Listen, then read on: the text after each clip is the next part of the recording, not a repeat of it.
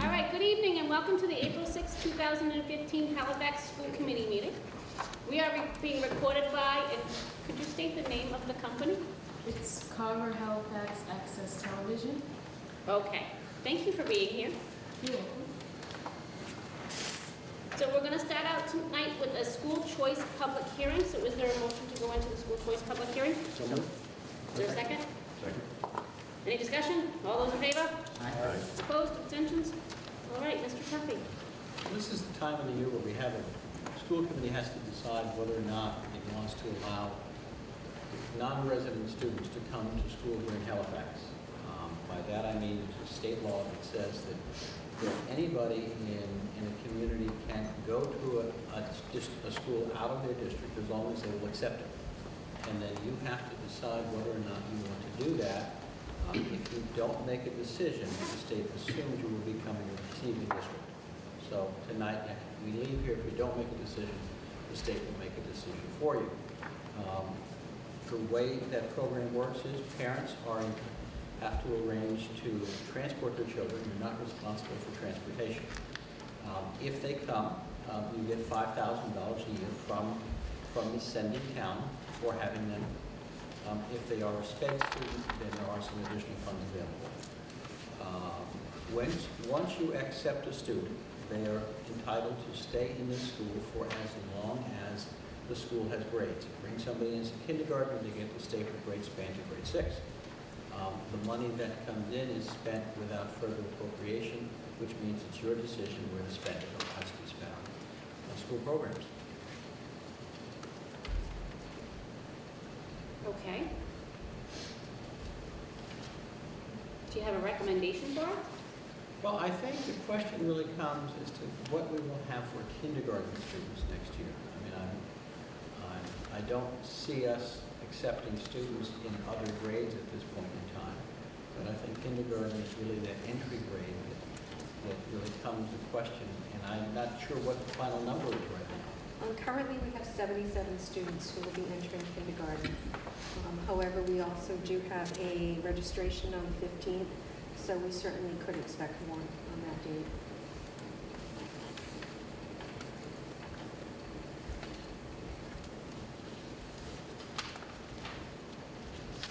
And what is, I have it right here.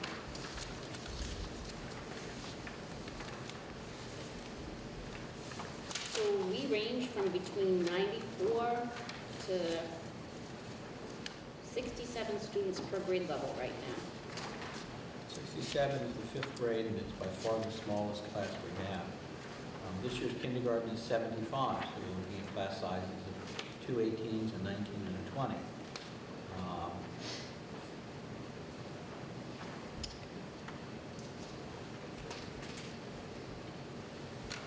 Question on policy relating. Is there any regulation that would allow us to impose a minimum or maximum for those that we may be able to encourage to come on in, or You can can we cap it? You can cap it at a number. If you were to say, gee, the most we would want to have is 3 kindergartners come in, that would be the number. More than 3 people apply, then you'd have a lottery. Once you accept students as kindergartners, they stay with you through grade 6. You're not obligated the following year to accept additional students, but you would keep the same students. Last year, for the first time, we entered school choice in Plimpton. We had never, among our 3 towns, never accepted school choice previously. We posted 5 openings. 4 students applied. The 4 students have done very well. They've acclimated. The parents have been very active members, volunteering in the kindergarten classroom. We did not expend the money in the year the students accepted. We carried it over to the following fiscal year, this upcoming year, because we were unsure how many students would come. So next year, we have that money allotted in the budget, which is helpful in terms of offsetting the current struggle some of the towns are in. It was our first foray into school choice. We were nervous about it. I can say it was successful there. If we were to consider it, I would only consider kindergarten, because then I think you really have the opportunity of them becoming a part of the culture, part of the climate. Also, people coming in for kindergarten, they don't tend to be coming into your district because they're having issues within their own school system. Maybe some behavior problems or some services aren't available there. But your class size has grown. When we first were thinking about it, your numbers were lower. I think they were in the low 60s, I They think, were. initially. Actually, I think 56 56 was and the then first it started number. to So, grow. your numbers at this point have grown, Right. but it can be a source of a small amount of income, which could be helpful. So, that helps at all. Do you have a recommendation on the number of students? Per classroom? Your class sizes are lovely here. They are. They really are. The students are very lucky. The one thing that may impact your decisions is, again, remember the kindergarten grant has been cut. We did not replace those aides. We do not have the ability with the town's current financial situations to replace that. So we will not have the aides we have had previously in kindergarten. So whether that impacts your decision or not also. With 77 students, it's pretty comparable to the current kindergarten class. My guess is you may end up with a few more with registrations coming out in the 15th. So, probably going to be talking around 20 of them. So what number? I didn't mean to And interrupt. about 20, and I was just going to say, and about 20 students and one teacher is probably as large as you'd want to go in a kindergarten class. And they'll have probably a halftime aid is what we'll probably be able to arrange with scheduling, but probably not all day. You're talking capping it at 3?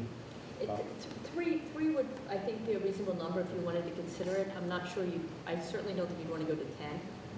But, a number like 3, if you wanted to consider it, and if you do get 3 people who applied, it would mean you'd have $15,000 to offset FY 17's budget if all 3 people applied.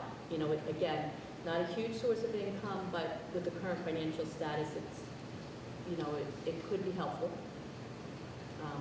But again, your numbers have grown since we initially talked about it. Initially, it was at 56 when we first, I believe 56 was our first number. And it's a little bit hard to say. But again, once you accept them, you do keep them through grade 6. And so, I would say the expectation is that you probably pick up some additional local students before school starts. Which is typical Not, for... which is Right. common. This is not, and that's because this is the entry point. I mean, there are people out there with 5-year-olds who've never had anybody go to public school before. It hasn't occurred to them that they need to identify themselves and start the registration process. We have people who show up the last week of August and say, and so where does my child go? Like, where have you been? I mean, yes, they'll come here, but where have you been? And that's not uncommon. So you should not think of this as the final number that you're going to have. with that in mind, can it also be established as a conditional, whereas if we are at a capacity of 20 students per classroom, would we be able to then limit or restrict that we will not be having any invitation? However, if there were a few slots open for another 3 students or such, would it be conditional to our class size? I believe once we voted and we vote the number we accept, that's what we live with. And that's just for a year now, we're just running for This happens every year. Yes. And yes, that's the way it works. I mean, once I notify the Commonwealth on your behalf that you are accepting students, we can tell them what grade or grades and how many. After that, that's the decision for the year. Does anyone think it would be a problem to take some? Claudia? We've never had it before. I can't imagine that it would be problematic. Okay. Certainly in Plimpton, it has worked out quite well. So I don't see that it would be problematic here in Halifax. Okay.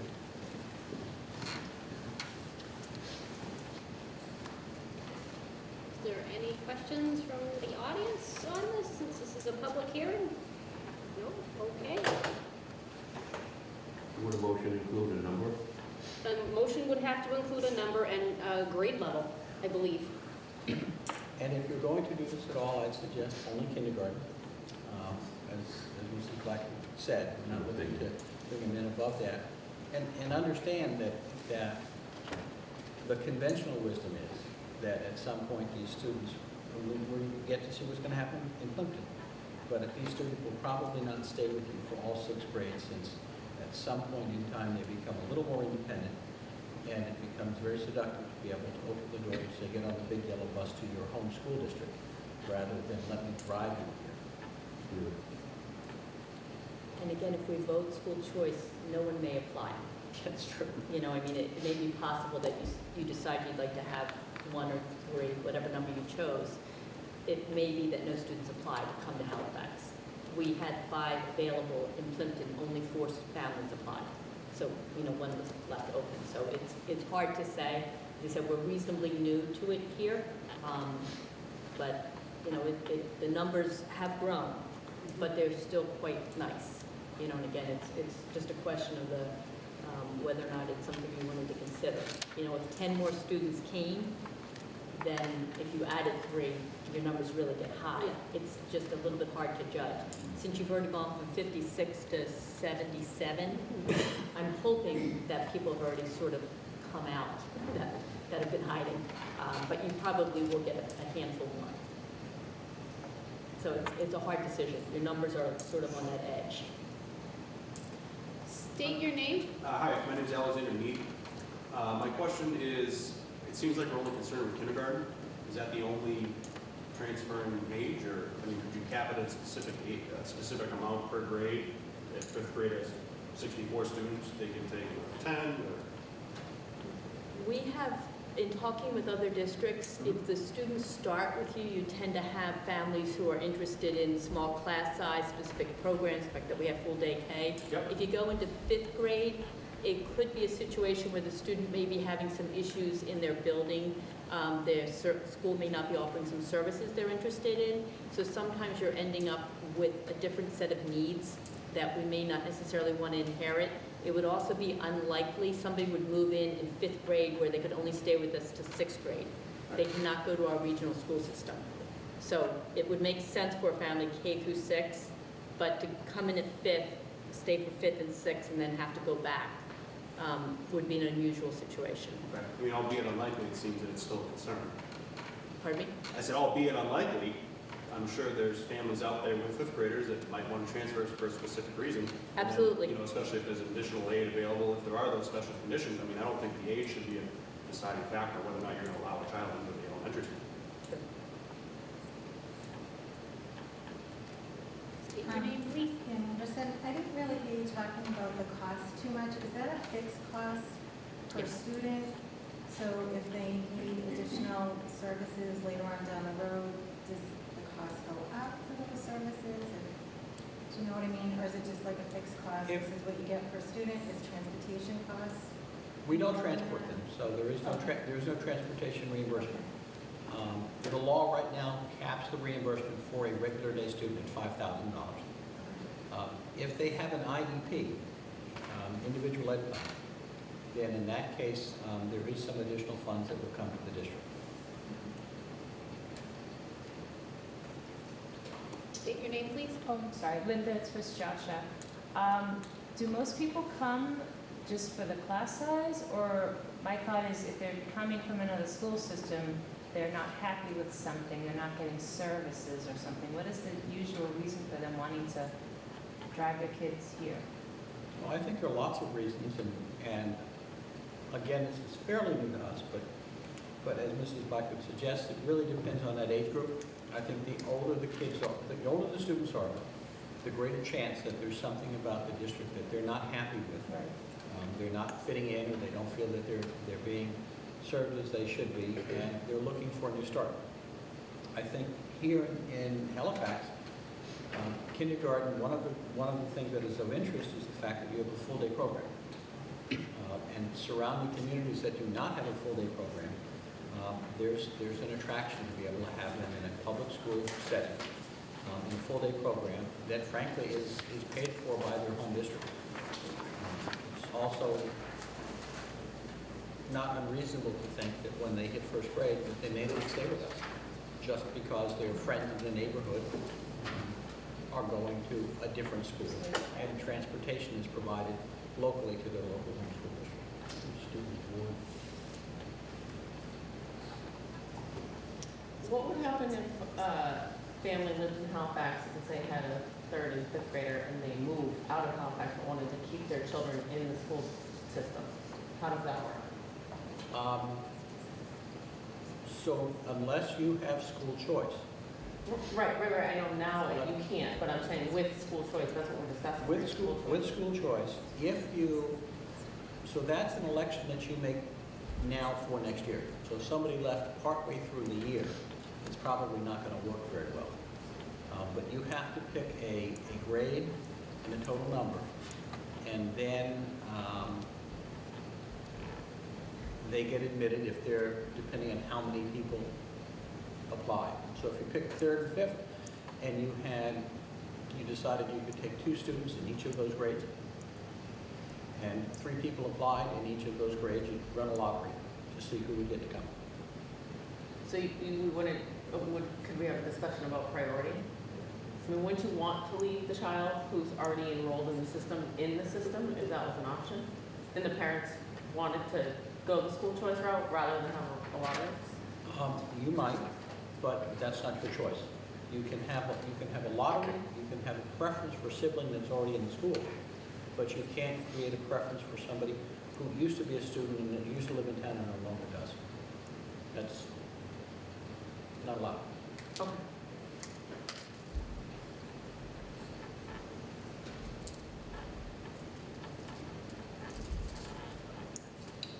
Okay.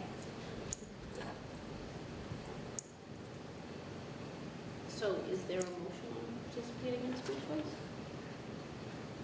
Personally, it's something I'd like to sit on for a little while. When do you have to have a choice by? I think we have to vote tonight. Oh. No, I no, thought we were- no. You don't need to go tonight. We don't? Okay. I need to tell the state by June. Date in Okay. June, Oh, could be okay. June Oh, 1st. okay. Oh, So okay. can we wait till our May meeting? You can, Okay. you certainly can.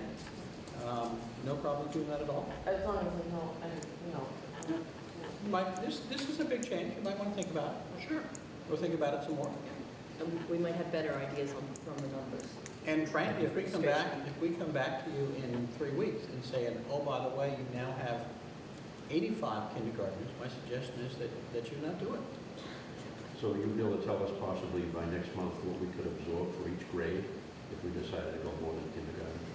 Well, I'm gonna suggest that, and ultimately this is your choice, but I'm gonna suggest that if we do this, we start slow and we not start by adding lots of students to lots of grades. And part of that influx is gonna be both a change in the school, but also,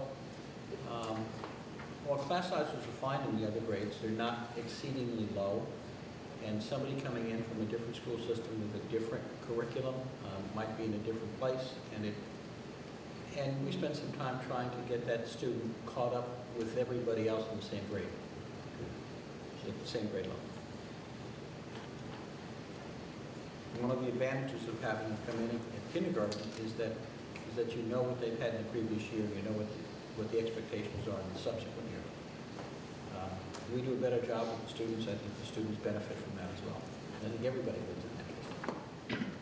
Having in and out migration of students is very difficult for students as well as teachers, and frankly, the other students in the class. Because some level of remediation has to take place with those students.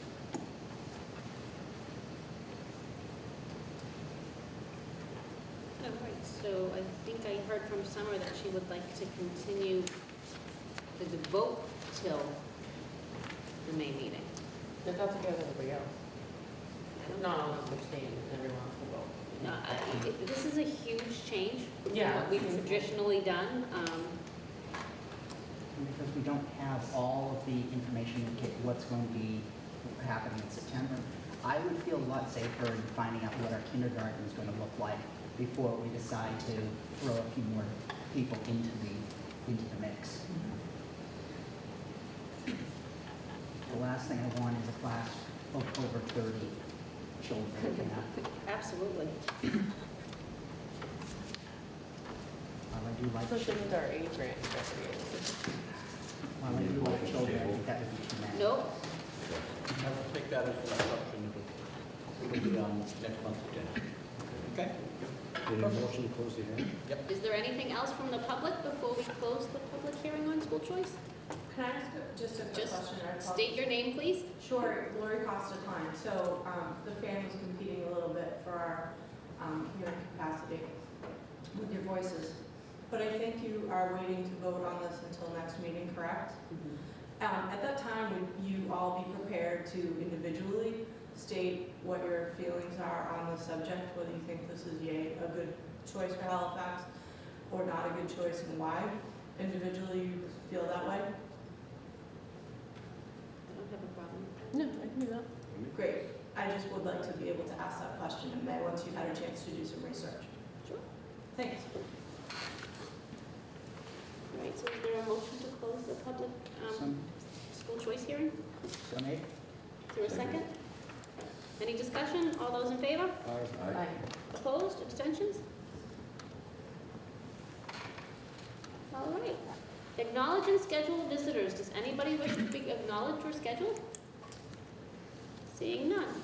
Review and approve and vote minutes of March 2nd, 2015, and then the executive session minutes of January 5th, January 14th, February 2nd, and March 2nd. I'm not sure you have all of those in your packet. Oh, I have regular minutes. You have the regular minutes. Should have accepted. You didn't, We you don't, did we don't have the executive session minutes. We got a little backed up in trying to get everything done, with the holidays and some people out. Okay, so all we have is the regular minutes then. We will continue the executive session to the May meeting.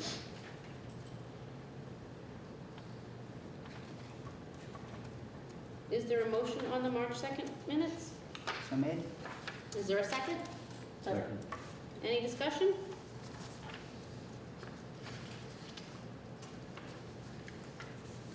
I have one request. Under the assistant superintendent.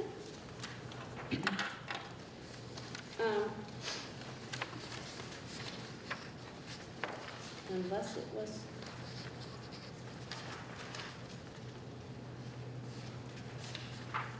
Under bullet point number 2, quality full-day kindergarten grant reduction. Just note that it's Ms. Blackwood and not Mr. Boswell. That's okay, we've had that quite often in the past. My husband has actually sat where I'm sitting, so I just want that noted for a correction. That's all I had. Is there anything further with the March 2nd minutes? Seeing none, all those in favor with the correction? Aye. Opposed, abstentions? Okay. Approval of the bill schedule, signing of the warrants. We're still making our way around. The warrants are making their way around, and we have a total of 10 regular, and then I believe there are 3 school warrants. The regular warrants total $764.81. Please repeat. $295,764.81. School committee correspondence and reports. Does anyone have anything? Unfinished business, energy efficiency projects? I don't really have any updates. I know that several months ago, we met with the town and applied for a green energy community grant that would deal with changing the thermostats in this building as well as some energy efficient lighting. Things seem to be moving forward, although it's apparent that we will not be able to make those changes over the April vacation. And I don't believe any other dates have been finalized. Because the last I heard from Charlie is they were looking at summer. We had decided that if we could not do it over April vacation, it would be so disruptive, we would have to wait until we got into the school year. Okay. So that was really a joint decision between us and the town. Okay. So, new business, Massachusetts curriculum frameworks and park presentation. So I think, as everybody knows, there will be a non-binding referendum or non-binding ballot question at the town election on the 16th. The 16th? In May. Let's just say in May. And there was a meeting with the selectmen a few weeks ago. And at that time, the selectmen had said that they would like to see the town be able to have a forum that would present the case for the proponents' ballot question being to do away with Common Core and Park, and also an informational session about the Massachusetts curriculum frameworks in particular. I contacted the Department of Education. The Department of Education said that they would be willing, assuming they can schedule it, to come to Halifax at the request of the school committee and have a presentation on the Massachusetts curriculum frameworks. So I come to you as the school committee to see if you're interested in doing that. If you are, I will contact them. My suggestion is, looking at the calendar and where we are, that the last week of the month, which is the week after school vacation, would probably be a convenient time. That would be open to one of the things that they asked me is, if we did that, would we open it up to other towns? And I said certainly I didn't see an issue with that. That it would be open to Halifax, but we would invite certainly Halifax, Plimpton and Kingston, and perhaps Carver, East Bridgewater, Whitman, Hanson, some nearby towns. So make them aware of it anyway. Okay, do you need a school committee vote to support that? I'm going to suggest that, yeah, what they're looking for is to be able to say that they're coming to Halifax to have a presentation, a community forum on the Massachusetts curriculum frameworks and testing. I mean, they haven't made a decision on Parker and Cass, but they're going to do it if the school committee is interested in having them come, not because I invited them or you invited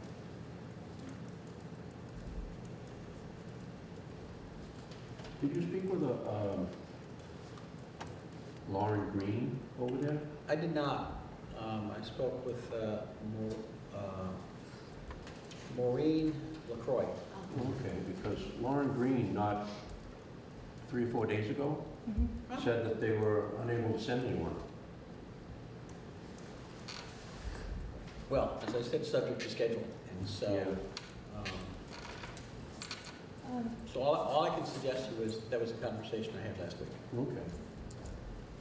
They said, because I requested them to be there at the forum we're having on Thursday, May 7th, and they said they were unable to attend. They have held many open forums on the standards and assessment, et cetera, et cetera. We do not have any additional meetings, so basically, sorry, we can't come, and we've had enough, thank you, was kind of the vibe I got.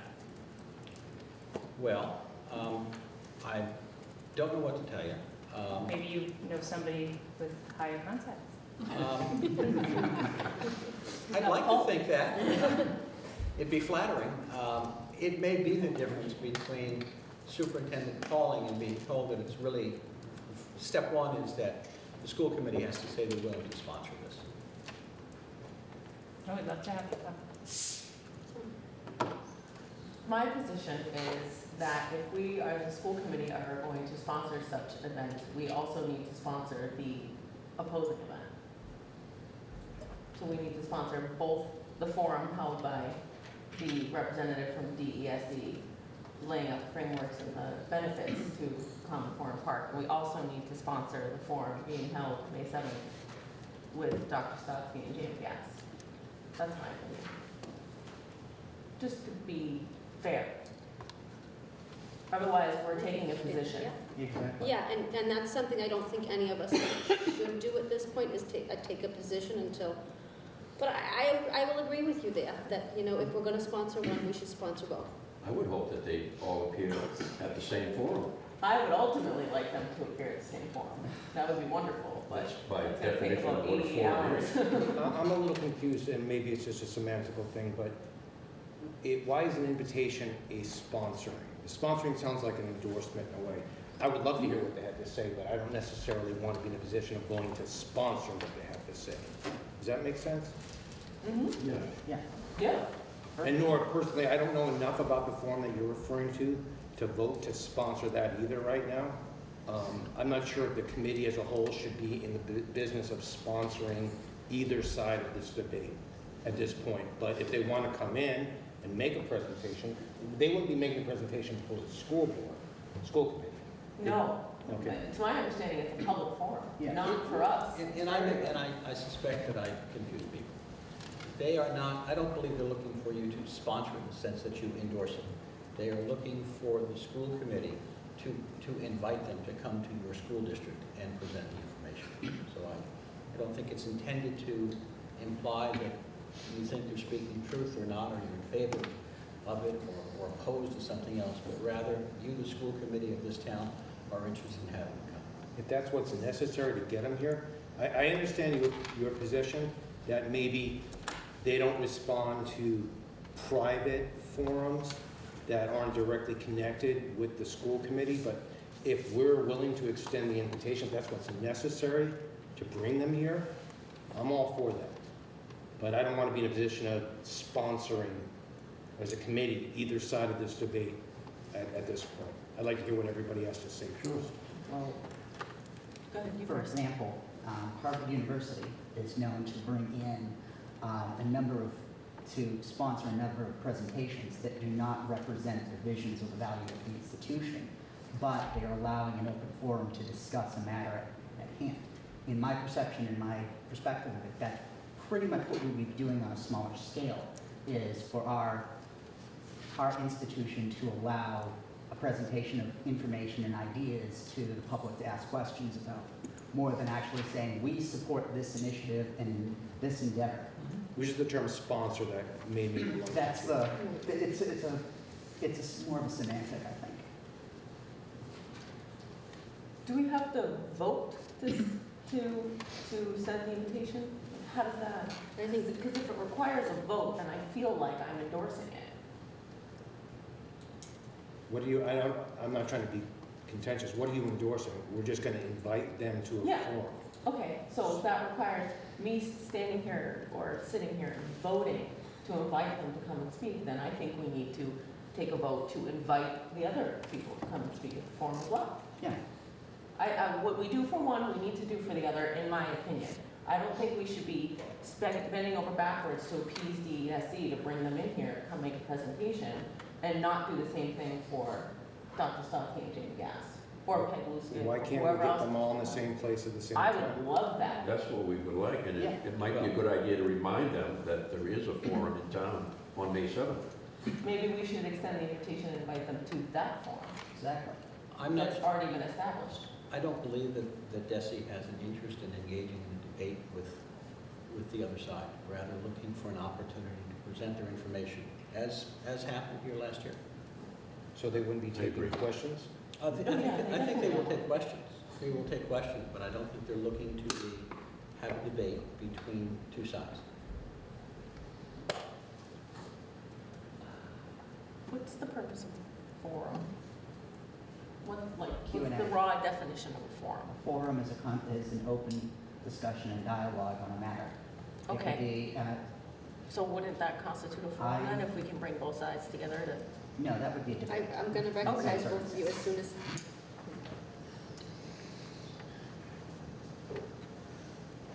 I just don't understand why they won't defend their position in front of opposing views. We- I can't speak for DESE for that. No, I understand. Nor would I want I'm just to. speculating why they won't do it. I just think having the opportunity to at least be able to ask them questions. I think the difference here is they don't want, and I'm not speaking for Desi, I'm just speculating here, that they don't want a situation where they're on one side of the table and opponents of their position on the other side of the table, and they're arguing back and forth. Okay, I'm not justifying that position, but that's what I'm hearing here. My opinion is if we don't do anything and they don't come, that's a disservice to this argument. I understand completely your position. True. I'm trying to figure out how we can get everybody at one point. If the only way to do it is to have two separate forums, which is very unfortunate, maybe that's the only path to take. I mean, we can't force Desi's hand, but I would hate to see us say, well, we don't want to hear what you have to say because you're not willing to debate the other side of it. We can ask questions, the public, and I would only do this if this was, the public had an opportunity. I don't want this to be a big propaganda thing, okay? If the public has an opportunity to question them, I'm fine with that. I can understand why they wouldn't want this necessarily this discussion to disintegrate into a debate between two sides, because this debate's been going on a long time now. And I personally don't think that would necessarily be that productive. I understand your point about inviting people. This is a tough decision. I just, bottom line, where I stand is what we do for one, we do for the other. We cannot, I will not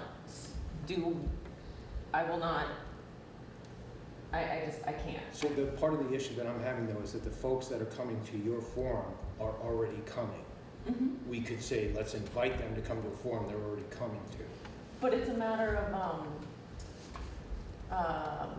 not legality, it's a matter of like principle, I guess. It's a matter of saying, we as a school committee are as a whole inviting the ESC to come and speak. So we should we as a school committee as a whole are coming to invite. I don't know if this is logistically possible, but could we get the folks appearing at this other forum to come to this forum as well, not to debate each other? One presents and then One presents and then the other presents, and then the audience can ask questions, rather than going back and forth with each other.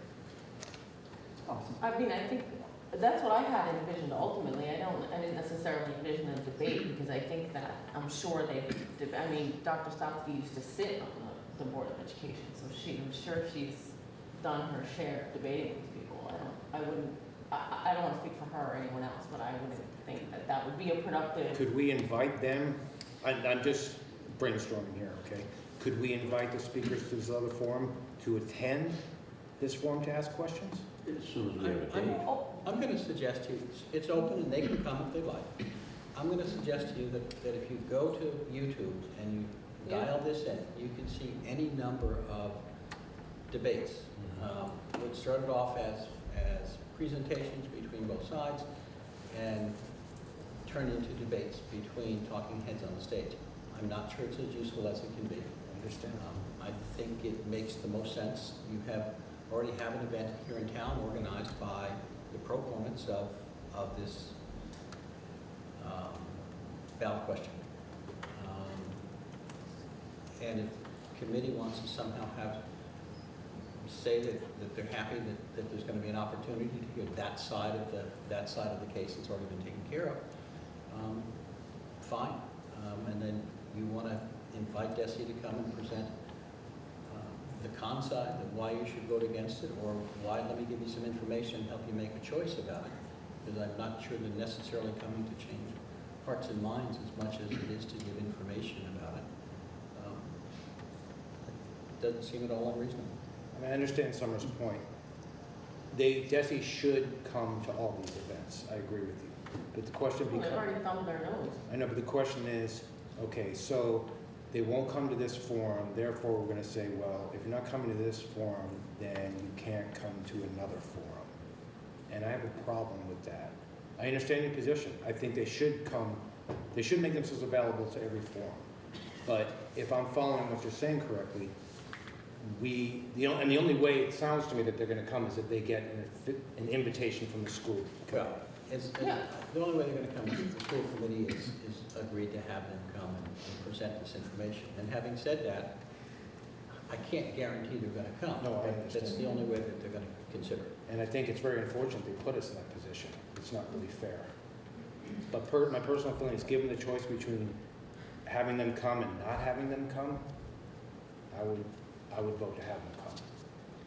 I have a question for Mrs. Roy. Oh, yes. I'm sorry to put you on the spot. That's okay. But, correct me if I'm wrong, it's the selectmen's request that there be a balance and that there be, the pro side of it and the con side of it before this ballot question actually gets voted on. Yes. So, and I think that's where this all stems from, is that, the selectmen are looking for some balance. And John's conversation with the ESC, I think the ESC is saying that unless we, as a school committee, invite them to come, they're not interested in speaking? Okay, that's a fair, okay, That's a fair summation. all right. I just wanted to clarify. Quick question, Mr. Tuffy. Just to clarify, are they asking we invite them to come and have a forum, or are they coming to present to us No, at a they're meeting? coming for a public forum Oh, to talk about this. In fact, probably not unlike the session that we went to in Bridgewater, where okay. they were there and presented information and took questions. All right. All right, I would just like to say, as a resident, I think I attended that selectmen's meeting, and I think that the clear charge was the selectmen wanted to have citizens in our town have opportunity to get educated on both sides. I think that if the school committee doesn't take the opportunity that Mr. Tuffy has presented to get the board, the DESB here, then that goal is not achieved. And I think that you're all getting really worried about how the town's gonna feel about the vote. I personally feel that you should invite them. I think that's your charge. And it doesn't, Summer, I know where you stand. So I don't think anyone here is gonna question where certain people stand on this issue. I'm so quiet about my opinion, though. I love that you're out there with it, but my point is, if you want to abstain, I think that you have to invite them. Oh, I and that's just agree. Speaking as a resident, and I in no way would consider that an endorsement either way. There's already a forum scheduled where people, we know that one side of the argument is going to be presented. So doing your due diligence as a school committee, you have this opportunity in front of you. Please, please, please invite them. And if they happen at two separate times, they happen at two separate times. I'm gonna make a suggestion, just throwing this out there. Can we schedule school committee meetings at both forums? Oh, so we all go? Is that what you're saying? Yeah. We all have the I think we opportunity to should all be go. there. okay, so my question is, and I will most likely, I'm gonna attend both. Let's not accuse anybody. Yeah. I will be there. If we schedule a school committee meeting and we don't have a quorum, what do I do? I mean, that means we can't have a meeting. I mean, we can all sit here and say, But we all we're going can't to. go unless we schedule a meeting, right? It's a violation. We can all go. We can all can't attend. As long as we don't go. We cannot debate, We cannot discuss. We right? can allow But we're all activity. allowed to attend public events, just like, if, we can all go to town meeting. Okay, so then what would be the purpose of scheduling a school committee meeting? Well, first of all, I just wanted to be safe as far as open meeting law goes, and also, I didn't know if there was any logistical issues involved in us all questioning the panel of this, like, let's just say, Like we all got up with a question.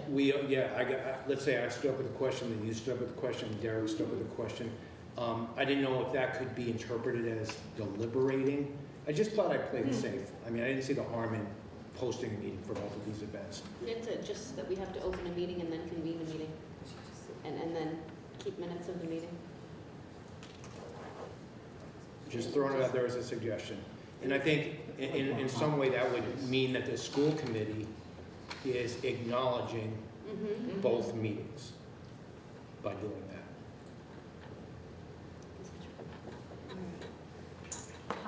Linda Joshua again. I strongly encourage Mr. Tuffy to talk to his people and try to get them there on the 7th, because our election's on the 16th. And I know I organized to get Sandra Stosky and Jamie Gass there, and I don't know when they would be able to come back again. So, and I don't understand, to me, if they're just speaking, question and answer, it's not an organized debate, It's just you say your thing, and the public asks questions. What are they afraid of? They should be able to come to this. That's my opinion. I heard what you had to say, but again, they're not my people. Well, they listen to you more than me. They take my phone calls. Well, there you go. And they We'll see. use- I got the brush off, so hopefully you won't. Mrs. Roy, you had your hand up? I was just going to say ditto to what Mrs. Costa-Klein said, that as a resident, I get that on the selectmen, and that was definitely the message that we had to the school committee and to the people that wanted the questions, the people that wanted to hear both sides for the residents. And as a resident, I want to hear two different sides, and it doesn't bother me that they're not in the same room, because I'm not so sure that would be so effective. State your name, please. John Chabon. I agree that both should be done. The only thing, Mrs. Tuff, you mentioned that other districts are going to be invited. How is that going to take place?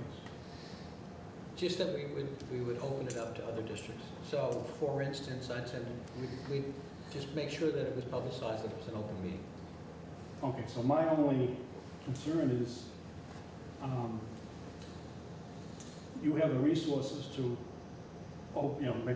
have other towns notified about that particular forum.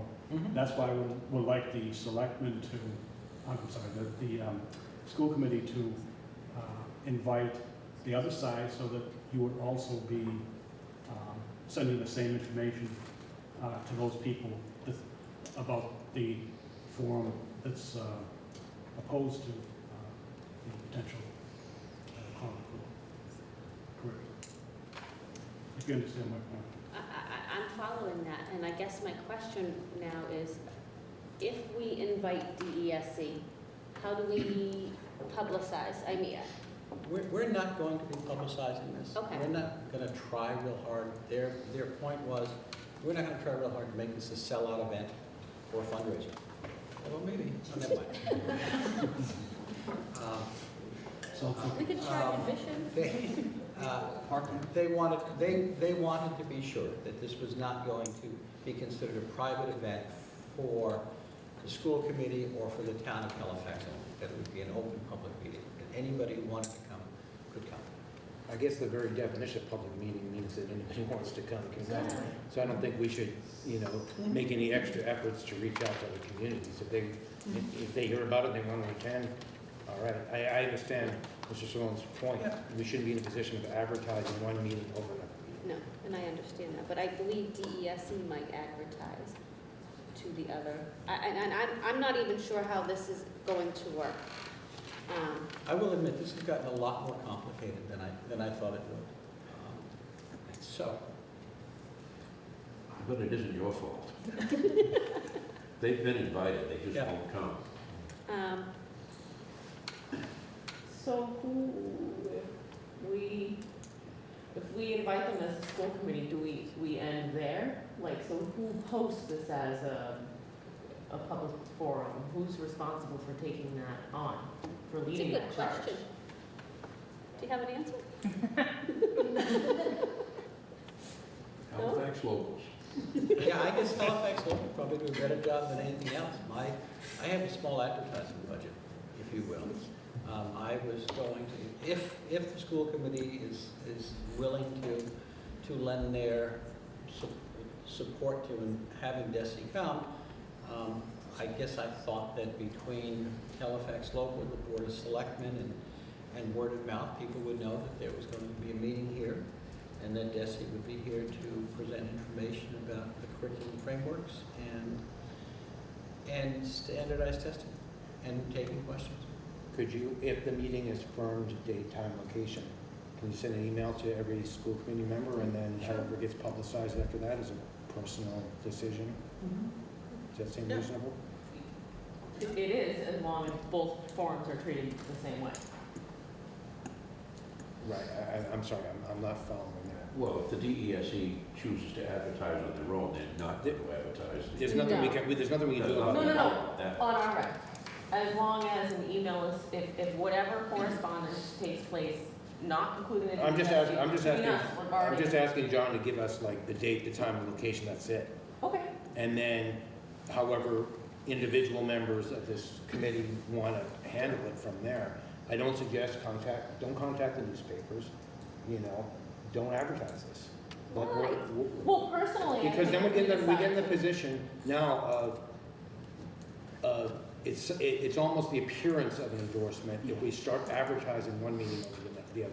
What If about, we do it as a school committee, but if we do it individually, then That was my point. That's why Right. he just sent us the basic factual information based on the discussion that occurred at this meeting. So I think it's reasonable to follow up with the date, the time, and location, and then however it gets publicized after that is beyond the purview of the district and beyond the purview of the school committee as a whole.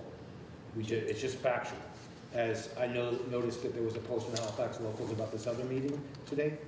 Whoever wants to, as individual residents, know that this meeting's taking place, that's their, purview as I individual don't residents. put them in the paper personally. That's me, Yeah, I mean, you're, as though. an, Both of them. I say I start to get a little concerned though. What, as a PSA? Yeah, but as an individual, but I don't wanna say, as a school committee, we're sponsoring I know that, ESC coming here that's as a school committee. that's we're the danger, and sponsoring. that's why I want to extract this committee as much as possible from this meeting. After we say, okay, if what it's gonna take to get you here is that we invite you, fine, we'll invite you. But that's it, as far as the district goes and the school committee goes. I don't think we should take any other action past that point. it would be in our best interest then to notify them that this is not, we are not endorsing, we are allowing a forum, we are not putting our stamp on Common Core, we are not putting our stamp in MCAST or in opposition or favoring this or that or anything else. It is just an informational case closed.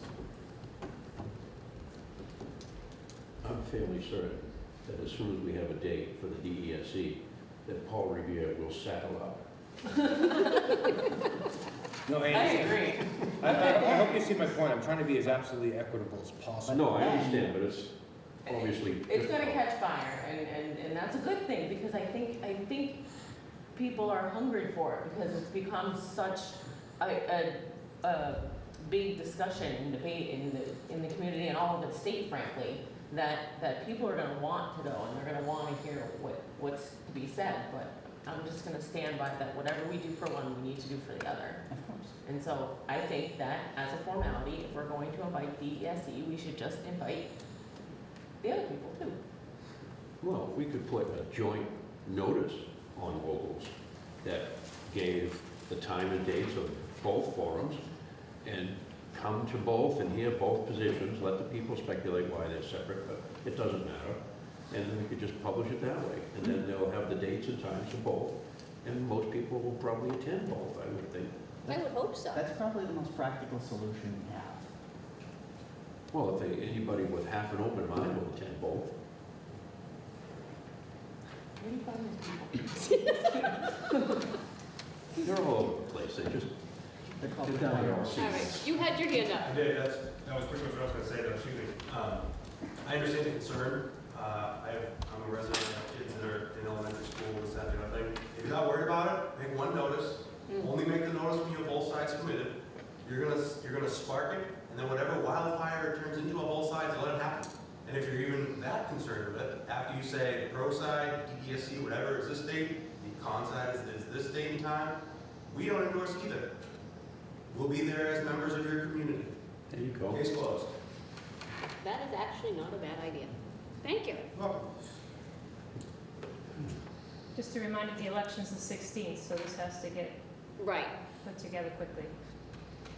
which is why we're talking about it tonight, so that we can have John contact DESE and see if we can get something put together. It's funny. Just don't have it on the 7th in a different location. No, I think, Yeah. no. Yeah, I think if we have two different forums, they both need to be held here at the elementary school. I agree, in the all-purpose or wherever. Yeah. I think that's the best room we have, because the gym isn't really conducive to So, sound. Yeah, well, yeah. Well, at least not discussion sound. Or if we must. It's great for basketball games. Common room at town hall. Please state your name. Jennifer Carroll. some music though. I'm just coming as, a parent, a resident, taxpayer, whatever. I'm not saying, it should be a sponsorship or an endorsement or whatever it is that it's gonna be called. But I just know as a parent, you know, most of you sitting here in front of me are elected officials, and we voted you in, and it's only fair to us that voted that we have a moment to sit down and, you know, put your car salesman suit on and sell us whether you're opposed it or, you know, you're for it. And if you're for it, sell me on why it's great, and if you're opposed of it, then tell me why you think it's bad. And I think that that's where, you know, there's a line drawn on whether it's good or bad. You know, it's like anything, you go on the internet and you're gonna find, you know, both positive and negative.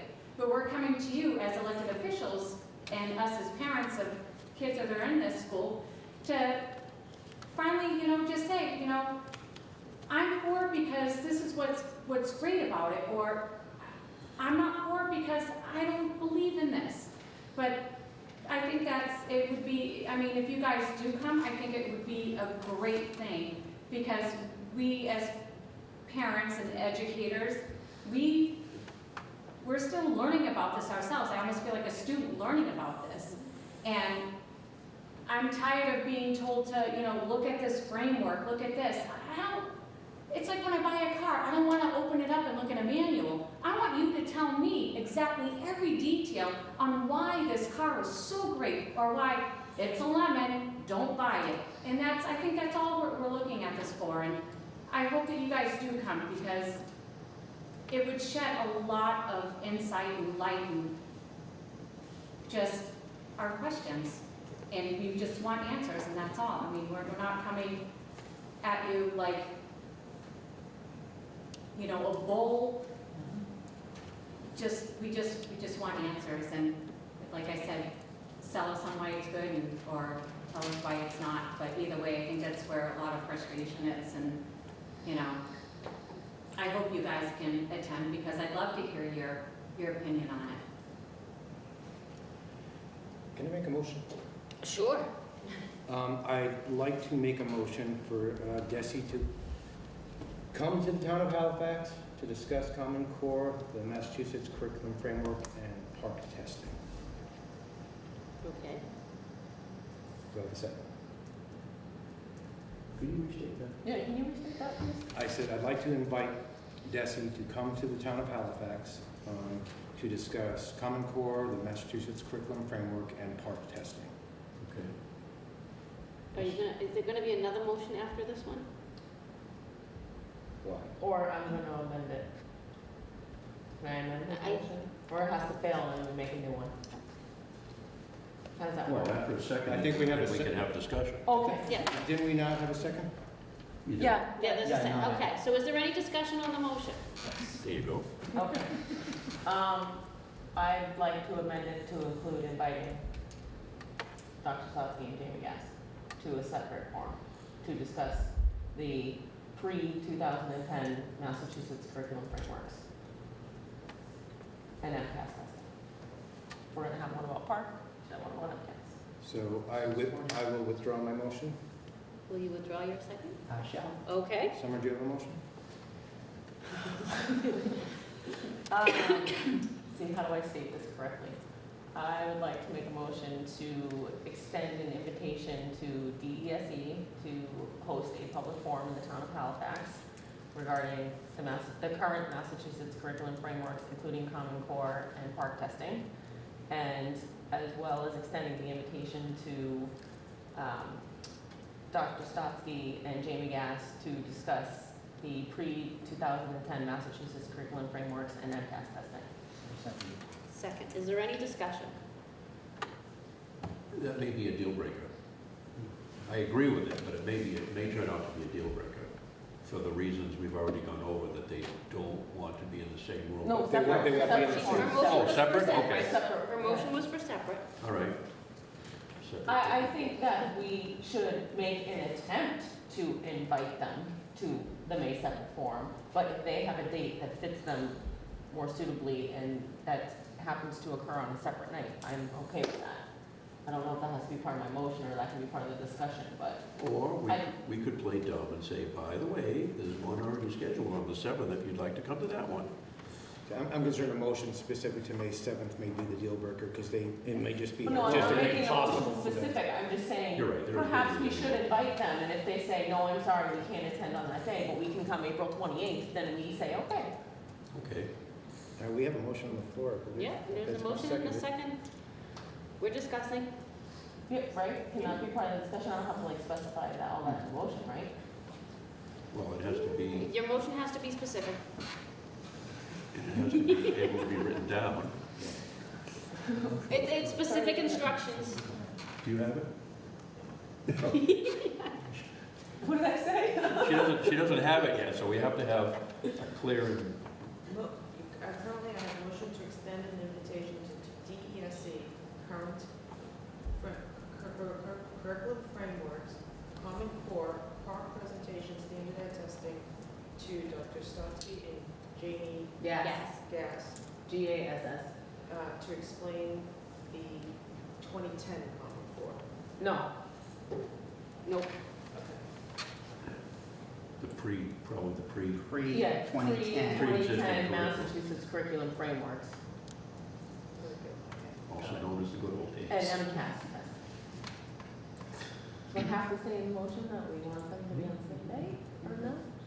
I really recommend against Probably it. not. I I wouldn't. don't think. I don't think it's gonna be productive to have them. Propose it to be the same day, proposing to be the same day, but, you know, you can't. Why can't we invite them both and then ask them if they want to come the same Hold day? separate ones, but invite them to each other's? Yeah, I don't know if that has to be in a motion, though. That's what I'm saying, do I have to change my motion? Okay, then Boys we'll leave it as dance, it the is. boys dance. Okay. So is there any further discussion? Seeing none, all those in favor? Aye. Opposed, abstentions? Do you know what we just voted on? No, let's make sure we have this right. Are you Got it? good? Motion to extend an invitation to DESC for the current curriculum framework, PARC presentation, standardized testing, Common Core, Dr. Stotsky and Jamie Gass to explain the pre-2010 Mass curriculum framework and MCAS testing. Okay. We did it. Who's extending it but you? Okay. He's the only You one got that it. listened. There might be. I'm not sure they would. Here's the secret phone number. They're the right one. Read the Chester's Okay, office. and, I guess you get Don't through forget like to bring your Dr. ring. Slesky and Jamie Gass on, I believe that they're already, I mean, I view your inviting Dr.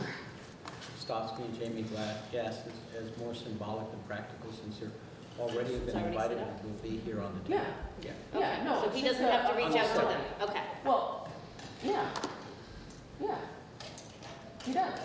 And that's what I'm trying to clarify. If he's sending an email to DESE, then he can send an email to, okay, I'll just talk to Jamie Gass. That's what the whole discussion was about, right? That's what I thought, Okay. and I, Mr. Chabot, would you be kind enough to send me their contact information, since I assume you set that up? Well, I didn't, I have it too. but we have the Well, contact. if somebody We'll would make be sure you kind get it. enough to send me their contact information, I will Yes. let them know that they're invited to a meeting that they're coming to. I actually set it up and I created a Facebook page just today, an event page, invited the public and put their names in their bios. So do you want, is this something that you want me to put away and you're in charge of doing that? No, Just leave it as- no, I just as a formality, if he is the superintendent is going to send an invitation, then he should send them to both. That's just that's what I but the think we can vote invitation on. is coming from the school committee and not the superintendent. Yeah. I want to make Yeah. everybody. Yeah, from the, school. Well, I don't know if Lisa sends it, whoever sends it, but, you know, it should, I want both sides to feel like, That they're being invited by the committee. They're Yes. being welcome to. Thank you. to This will speak. be done on the hotline.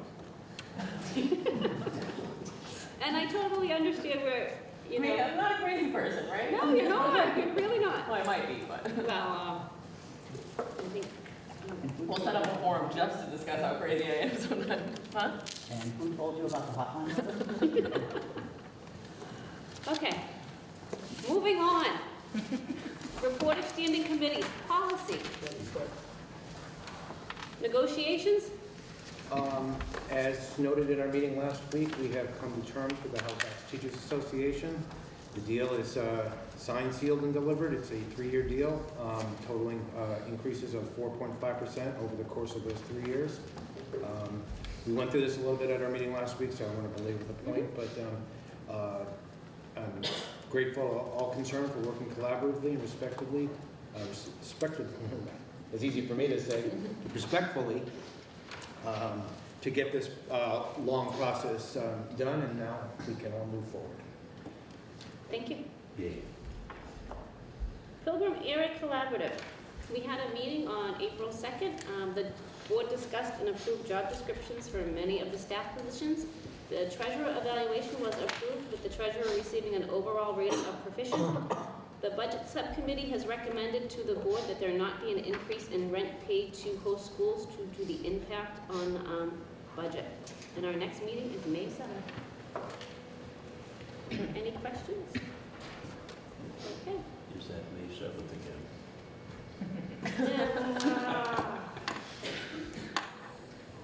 Well, I might not be going to a PAC meeting. Okay. Liaison Youth and Rec. Just a moment. Thank you. I spoke with Dick Steele this afternoon, who sends his regards to everyone. He wanted to say personally, thank you for all of the help from the school in promoting and assisting with the recent HOPS event, as well as the Easter egg hunt. It was very successful. If we left any colored eggs in the field, you're welcome to keep them. I'll check out the You can never tell with the kids. So, You went out there in a bunny suit. Absolutely. it's an image I did not need, but it's stuck there now, so thank you. Just a reminder, this information regarding the current HOPS project. We will be holding a craft fair on May 2nd, 9 a.m. to 3 p.m. with free admission at the Halifax Elementary School gym. I can never get past the Hess thing.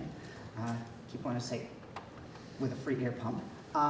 There will be, for every gallon, there will be raffles and concessions, as well as vendors' table fees will be going to benefit the HOPS play structure purchase for the new piece that we're going to be having in the play area. We're hoping, winging a prayer, to have it before the end of the fall. Sports. Session 6 is ongoing. It will be ending on April 9th. Session 7 will be beginning on April 14th and will be running until May 14th. That will be the end of the sports session for the intramurals. Dance program. There will be an event for 7th and 8th grade on the 17th of the month from 7 to 9:30.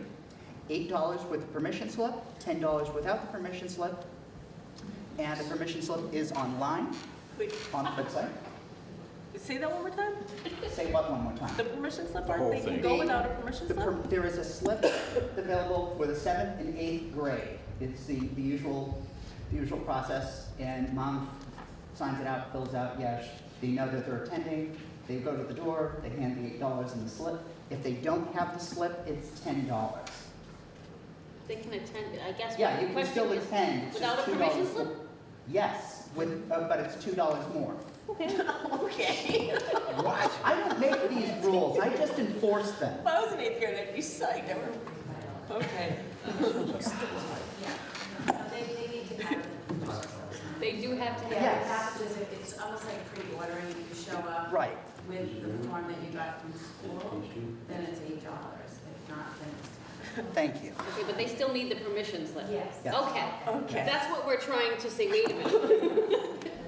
They can show up without a permission slip, and for $2 more can get it, okay, so, okay, All right, thank you. can I finish? There's more? Thank you. Can I get him a resignation? 7th and 8th grade A DC trip will be, information to follow. And the 4th and 6th grade dance will be held later this month at $8 flat. Done. And there's no extra $2. Thank you, Derek. You are the man. I don't know how we'll ever replace you. PTO. Dress Linda. PTO. I'm sorry to say that things have changed around my household. And I don't think I can make the morning ones anymore, but I will be there Wednesday night. But I don't know if I can do the AMs anymore. Who's your backup? I don't know if there is a backup. No. Oh, it's you? Oh, you can't do it either for nearly. Okay, so when are typically the morning meetings held? Are they on a certain day of the Well, week? the last one I think was the 22nd. Fridays at 9 a.m. Okay, I will volunteer. Oh, no. Maybe we can put it on the new person when they come aboard. Well, when's it, well, their meeting this month is at night. Well, yeah, I'm all set for the Wednesday night one. Okay, so their main meeting is going to be a Friday morning. Hmm. And that's gonna be before the new person, this morning, Oh, which is why I said, I am available on Friday mornings. Wednesday, May 20th. Wednesday, May 20th at night? As well, yeah. Oh, okay, Oh, well, really? Yeah, Oh, you're so on the last 2 meetings. works for me. yeah. They usually do it with MCAS and other things. Be great if you could do all nights. Well, we try to include everyone, so we try to Yeah, get I together understand. all the Some people school have cancellations. Night and jobs, like I do. The last 2 are just going to be in the evening because that's what we could do. This isn't really the 6th, is it? It was the 5th. Today is the 6th, really. Oh, okay, yeah. Yesterday was Easter, April 5th. So it's the 8th. All right. We're good. We're So good. did they have a PTO meeting last month? I didn't do that. Well, they had one that he didn't go to, but I Okay. was hoping Claudia could bail me out. You did a great job taking notes. I saw you there, and you were just absolutely amazing.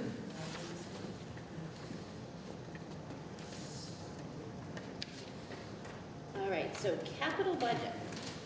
No further developments beyond the present discussion of building budgets.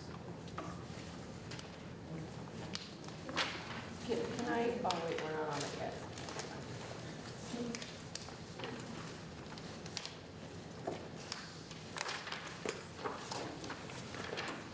All right, so there's nothing for capital budget or the building maintenance? Nothing beyond what has already been discussed. Can I make a maintenance suggestion? Would that Which fix it? is kind of coming into the next part as well. Can we fix the clocks in the gym, please? They've been broken for like a year. They don't tell the right time. I don't know if they need a new battery or what's going on. I'll have to take a look at that. I'll speak with the head custodian tomorrow. Thank you. Appreciate that. My husband's been poking me about that one for like 6 months and I keep forgetting. All right, building and safety? Part 1 and 2? You had said your part earlier? You wanted to speak on it, or should I? No, you should. Well, as it has been pointed out, we haven't had anything fatal happen in the last 30 days, which is great. Circumstantially, I have spoken with Principal Mata, asking, at the beginning of the year, we were given a general annual walk-around relating to the structure of the building, any conditions that should be brought up. This is done by the Building Maintenance Department, as well as the Department of Public Health for the town of Halifax. Department. Looking at the list, we had noted that there were numerous things on that would easily be just a quick fix. I was hoping to have the remainder of the list of what had been accomplished, as well as anything that we need to be looking at for us tonight. Unfortunately, the list is not in Claudia's possession. We're making sure that that goes out to everyone tomorrow when I have the copy. Right now, it's in the hands of the head custodian. We are going to predominantly, from what I've seen on the list, be looking at general care and maintenance issues that are minute, that are relating to general safety, specifically relating to tiles in corridors that are broken. There is a piece that is in the kitchen that I know has been kind of raised as a concern about a trip or slip hazard, and I'd like to see what we can do to. That was addressed, that was taken care of. Excellent, excellent. So as soon as I have the list for you tomorrow, Derek, I can go over that with you and certainly with the board to discuss what, if anything, remains on that list. That would be excellent. Thank you. And also, I'd like to swing by someday, maybe next week or the week after, in the late afternoon, and maybe do like a security walkthrough with you. It's kind of my area of expertise. Just give me a heads up as to when you want to stop by and. Sure, great, thanks. You can come. Yeah, oh yeah, I know. If you're gonna have a subcommittee meeting, it needs to be posted. Very well. Okay, We'll make and sure I of just, that. because our subcommittee meetings are open meetings too. So I want to make sure we're handling this properly is Absolutely. where I'm going with this. I just, Now, point of order, does that go to that's to town hall, or is that to? that goes through Mr. Tuffy and then they post it at town hall. Excellent, okay. Oh, can I ask a question about posting, actually, about meetings and stuff, just slightly off the topic? Do we have our agendas posted somewhere for the public to view them, and if so, where? They're at town hall. They are, and they're up 48 hours before we meet? Okay, They have to be, or we can't meet. okay. I was just wasn't sure, because I looked on the website before we got the email from Lisa today, I didn't see it. I didn't see it on the Silver Lake website, when you click on the, it says there's a meeting scheduled, but it doesn't have the agenda there, so I didn't know if it was possible to put it on the website so people can have access to it. Like we post it in town hall, is that too much? I don't know, I'm not a tech person, so I don't know how that works. I'd like to have them posted. Where is the meeting, like, where was tonight's meeting posted? It's on the big bulletin board in town hall when you go right in the door. So, you don't really go to town hall that often? I agree. Would it be possible to get those posted on the website? That's kind of what I'm asking, yeah. I think the meeting's posted. No, it's not. Oh, it's I not? didn't know about tonight's meeting until an hour and a half ago when somebody posted it to Facebook. Oh, So we post our meetings to the town clerk, as we are supposed to. Correct, well, Anything that we might do, here at the school would just be informational, would just be additional, it wouldn't constitute an official posting. I think they're asking if the agendas for like tonight's meeting, if they could be posted on the school's website. the in district advance. website. So like, I mean, for example, like the curriculum discussion, you know what I mean? Like when we had, or when we had the K through 6 curriculum coordinator in here a few meetings ago. I mean, that's important, and there are parents that would really like to be involved in that discussion, and I think that giving them an hour and a half heads up is not sufficient for them to find a sitter if need be to get here, you know? So if it was posted on the website, and along with the agenda, at least 48 hours in advance, like when we post in town hall, then it would be, because I don't go to town hall, and I'm, you know. I don't think that's an unreasonable request. Yeah, conversely, if I can add to that, I know that the agenda was posted 48 hours in advance, but I didn't get the email about it until today. No, me neither. And I did not know of the whole curriculum discussion until today either. Yeah, me neither. It would be helpful to get an email 48 hours in advance of the meeting as well. I agree. I think we should be emailed the agenda 48 business hours or 48 hours? It's 48 hours. Okay, and it should be posted on the website for the public to have access to it. And Saturdays and Sundays don't count. That's what I meant, business days, yeah, okay, so it has to be Thursday if you're meeting Monday. I think it's just a matter of courtesy, not just to the board members, but to the members of the public as well. Yeah.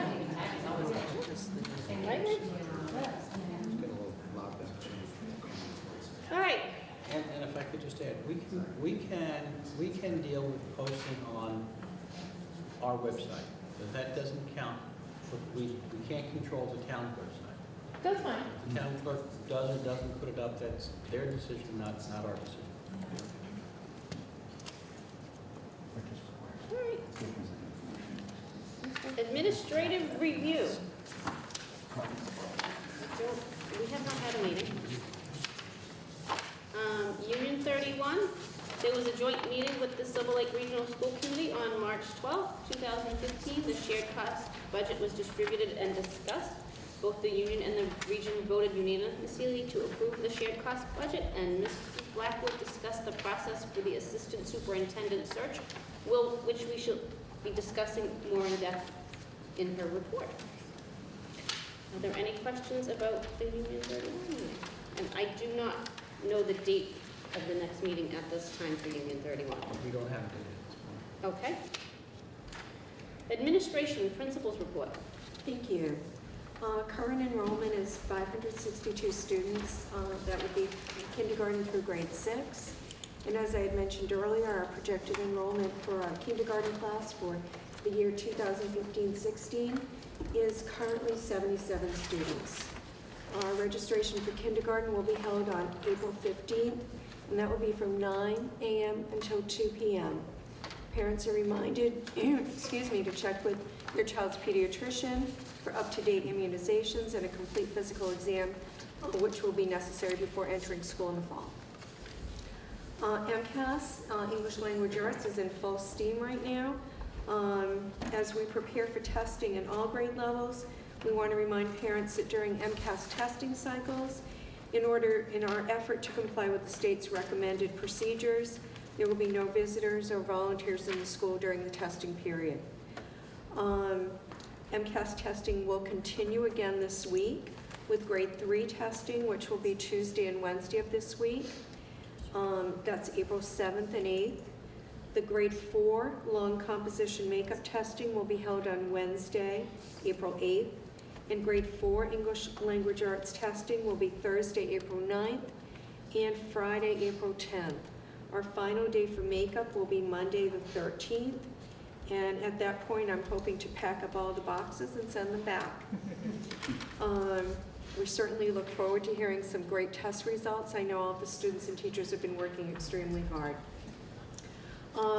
Every year we do an MCAS training for all of our staff members who administer the test. And in every year we talk a little bit about the state sending a representative in and to be prepared just in the event that someone comes in from the state to review protocols. We received an email last week from the state stating that they were in fact sending someone in the next day. They came in, visited our school, went through all of our protocols, and after a very short visit, he told us that our school is doing an exemplary job of following testing protocols, organizing test materials, training staff, and giving test security. So we were very pleased to have his report come out and to give us such wonderful ratings. MCAS tutoring for mathematics is coming up, and that's going to be held on Tuesdays and Thursdays, April 14th, 16th, 28th, 30th, as well as May 5th and 7th. And that will be from 7:30 in the morning until 8:15 a.m. School Council met on March 25th, and we discussed edits to the parent-student handbook, as well as talking a little bit about the 2015-2016 school budget. Any changes or revisions that are currently happening with the parent-student handbook will be made available for all of the committee to review prior to the next school committee meeting. So I'll send those out electronically to all of you to review, and then we can discuss them at the next meeting. Our calendar of events. April 7th, as I had mentioned, and the 8th, we are doing our grade 3 MCAS test sessions, 1 and 2. And on April 8th, again, the grade 4 long composition makeup test. On April 9th and 10th, we've got grade 4 doing their MCAS test sessions 1 and 2. On April 15th is our incoming kindergarten registration. And our PTO meeting, I believe, is that evening at 7 p.m. April 20th through the 24th is spring vacation week. May 1st, I'm going a little ahead of things right now, but we're pleased to be sponsoring again through the PTO, Are You Smarter Than a Fifth Grader? And on May 8th, we're really pleased to announce that we have set a date for the Nancy Chapman Memorial Basketball game, which will be from 5 to 8 p.m. Does anyone have any questions? I have a quick question about the MCAS tutoring. Go ahead. No, For Ms. Mata. The math tutoring is separate from the English tutoring, so do students get 3 separate notices about that? They or- did, Okay. yes. So notification already went home for those students that were being recommended for that. Okay, so one doesn't necessarily mean they need the other? Right, Okay. right. I'm going to ask this question because it's been a subject of debate amongst third grade students' parents. I just came from a soccer game before attending this meeting. Mrs. Mata, can you share what the policy is for the school on allowing kids to have gum during the MCAS tests? Students are allowed to have gum during MCAS testing. Can I just ask, are teachers allowed to kind of modify that? How Whether or so? not they allow that? I'm not quite sure I understand your question. Can teachers say, I don't know that that's the best idea and not allow that in a classroom during testing? I think it's based on what children really need. I know that in some cases for accommodation purposes, it certainly helps to relieve some stress. So, we do want to make sure that we're allowing that. We're not asking for children to bring in bags of Halloween candy on the day of testing. However, if they need a piece or two of gum during testing, we're certainly allowing that. So I just want to be clear, I totally understand the rationale behind it, but my third grader was adamant that I find out the policy, so thank you for clarifying. You're welcome. Claudia, I just have one request. When you send out the changes to the parents to the handbook, can you highlight what you're changing? Absolutely. Thank you. You're welcome. Good idea. Well, it makes it easier rather than, especially when it's electronic. I only have my laptop. I can't open it on 2 screens. So if she highlights what she's changing, I can actually follow it. And it's something that we do at other schools in the district. So that's why I'm making it. Thank you. You're welcome. All right, Assistant Superintendent. Thank you. I wanted to update the committee on the assistant superintendent search. We posted the position on School Sprint, and it closed last week. And we had 54 applicants that applied, so we're really pleased with that.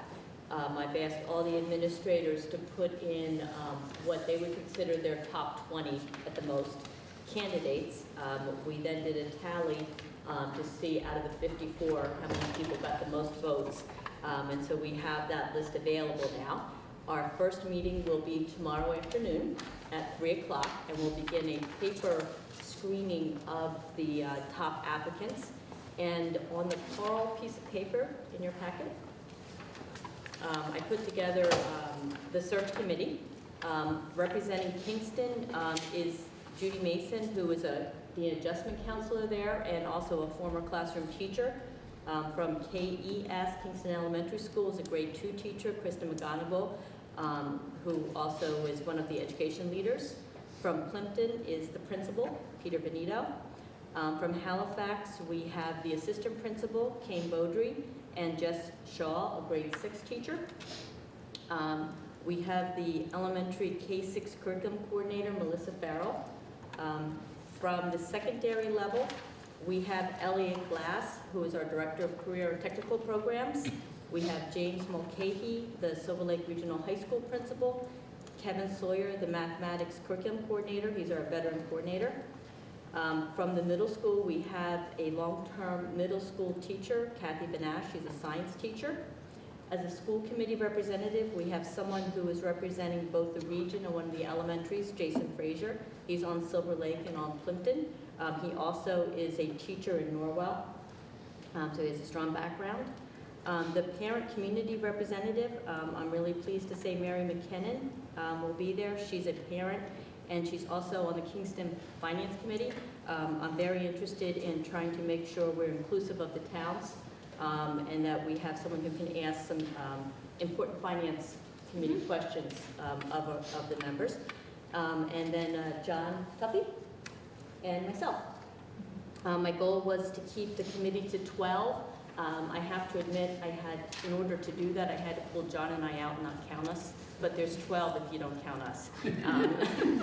It was very difficult to narrow it down and get a good representation, but I was really pleased. We have an elementary principal, we have an elementary assistant principal, we have several elementary teachers, we have some curriculum people, we have a secondary principal, we have career and technical, which is a very different type of program to get their perspective. We have school committee, we have a parent, and good finance. So I think it's a very nicely balanced committee, and I'm really appreciative of the people's willingness to serve on the committee.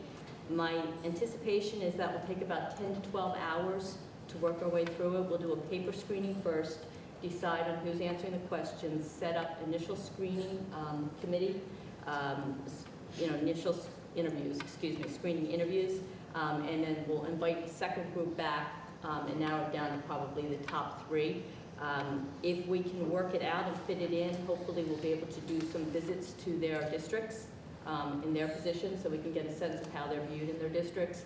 And then we will bring forward, depending on how everybody wants us to, a number of candidates to the school committees, whether it's 1, 2, or 3. At this point, I haven't really received a direction.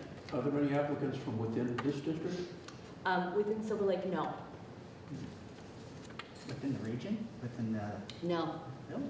No. No, there's nobody within the, I actually only know one person within the region that has the licensure and they did not apply. So that's the assistant superintendent search. As I said, we have some good applicants and I'm looking forward to the process. In terms of the special education director search, we're working our way through the same process. That is posted and that posting will be up until Wednesday, April 8th. So I haven't quite completed that search committee yet. My current commitments from people willing to serve on it is from Halifax, Marlene Hebert, who is one of our special education teachers here. From Kingston, Paula Bartosiak, elementary principal. Marlene Daly is from Kingston Intermediate School, and she's a long-term special education teacher. From Princeton, Christine Marcolini, who is a school psychologist. From Silver Lake, Michelle Boudreau, who is our special education department head. Michaela Gill, who is our assistant principal up at the high school and had been coordinating special educators prior to hiring a department head. And John Garofalo, who is our director of guidance, because that has a huge impact. Our community rep and also director of Pilgrim Area Collaborative, Maureen Gahan, volunteered to work with us on it. That's wonderful. We have a Halifax parent and chair of the selectmen, Kim Roy, who will be serving with us. So I'm really pleased she's willing to join us. School committee member will be Maureen Springer. And I'm currently working on getting a parent from CPAC, which is the Special Education Parent Advisory Council. So I don't have that name quite committed yet. That's why you don't have an official copy, but it's almost committed. And again, to keep it at the 12, John and I don't count. But if the committee gets too much larger, it gets overwhelming for the person coming in. There were 28 applicants for the SPED director position as of today, just before I left, so we don't have quite as large a pool, but hopefully we have some top-notch candidates in there. I hope so.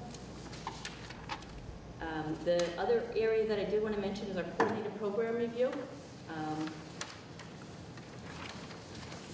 don't know whether to say fortunately or unfortunately, but every 6 years, the state does a review of our programs.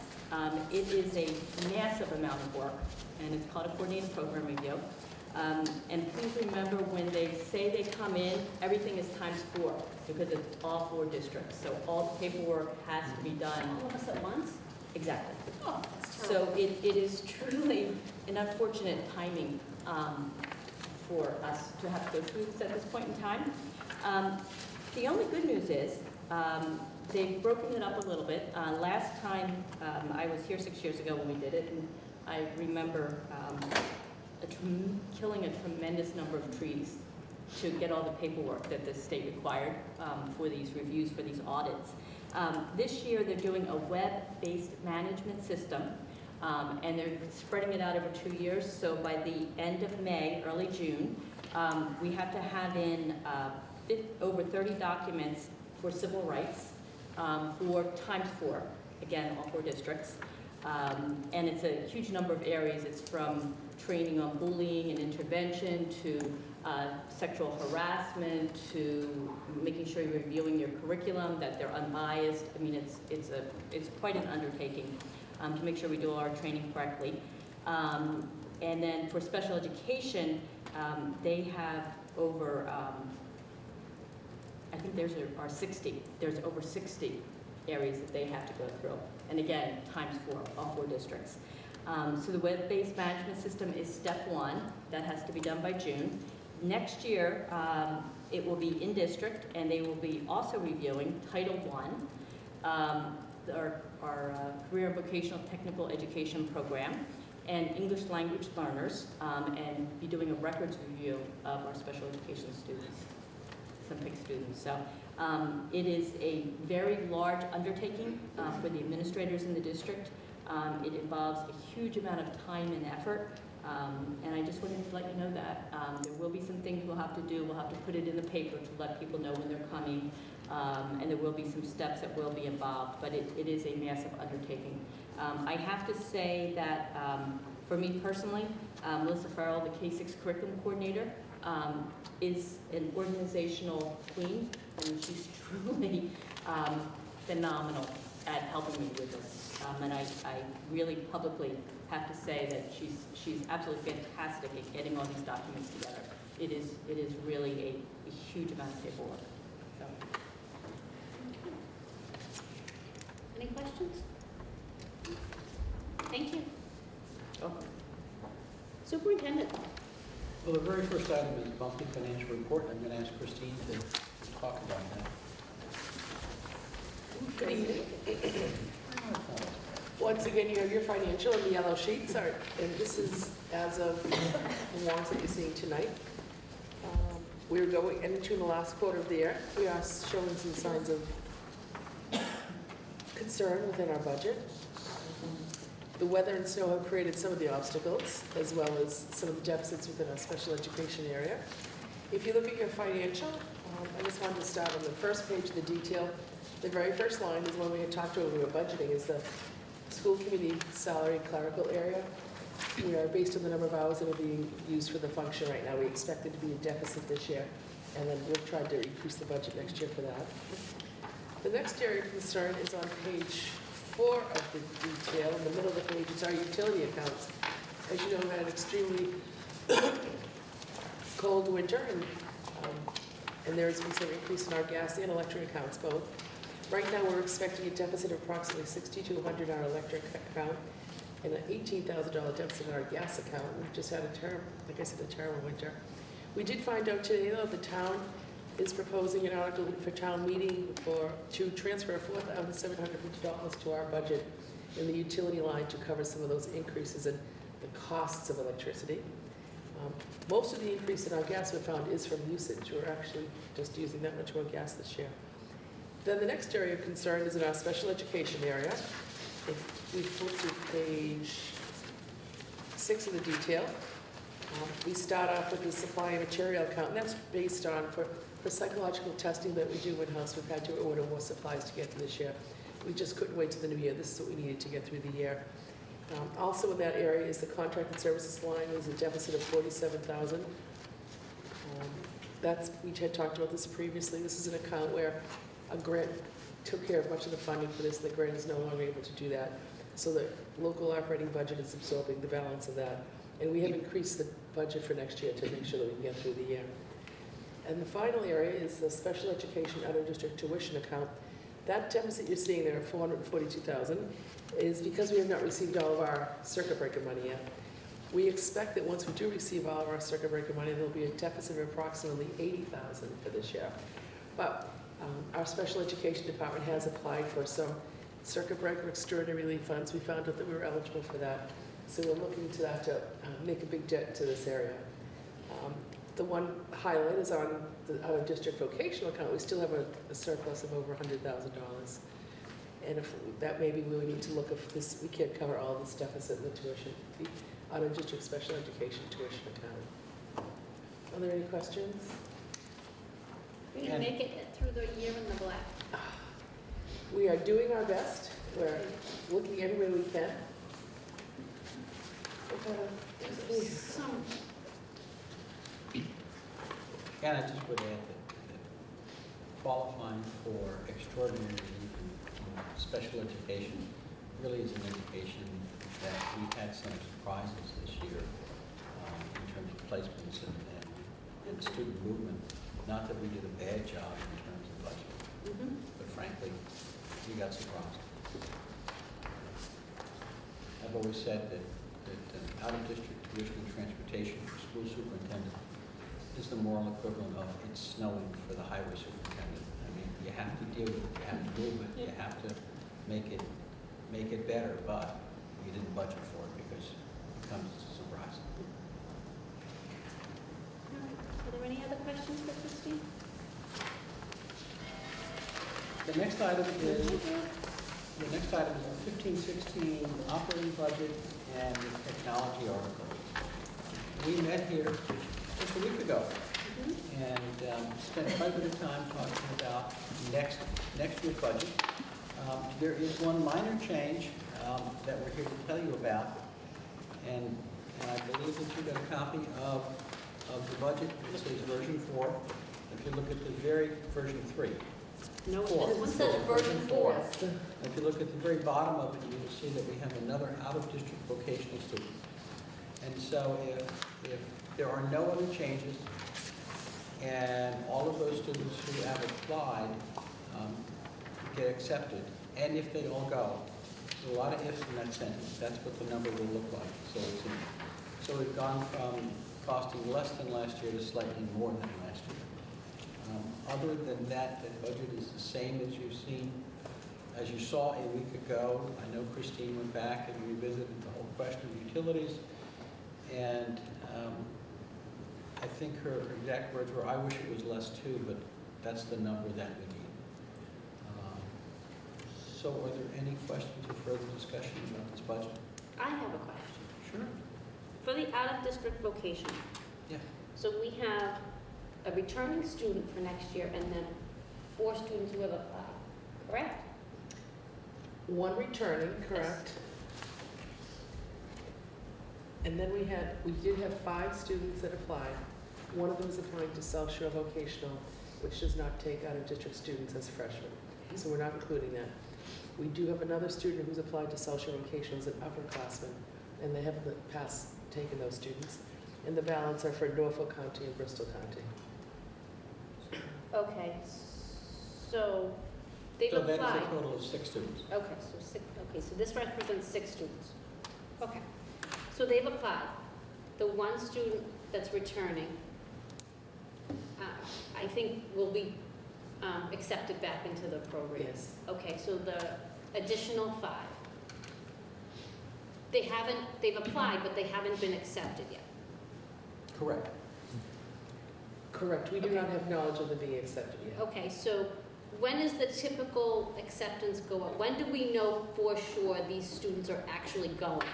We don't know until late summer that they're Okay. actually going. I guess that's my question, because, as we get closer and closer to town meeting, but if we're not going to know until late town We meeting. won't know okay. until What we have done in the letter for when we say the process to them is we ask them to let us know as soon as they know, so that we can arrange transportation.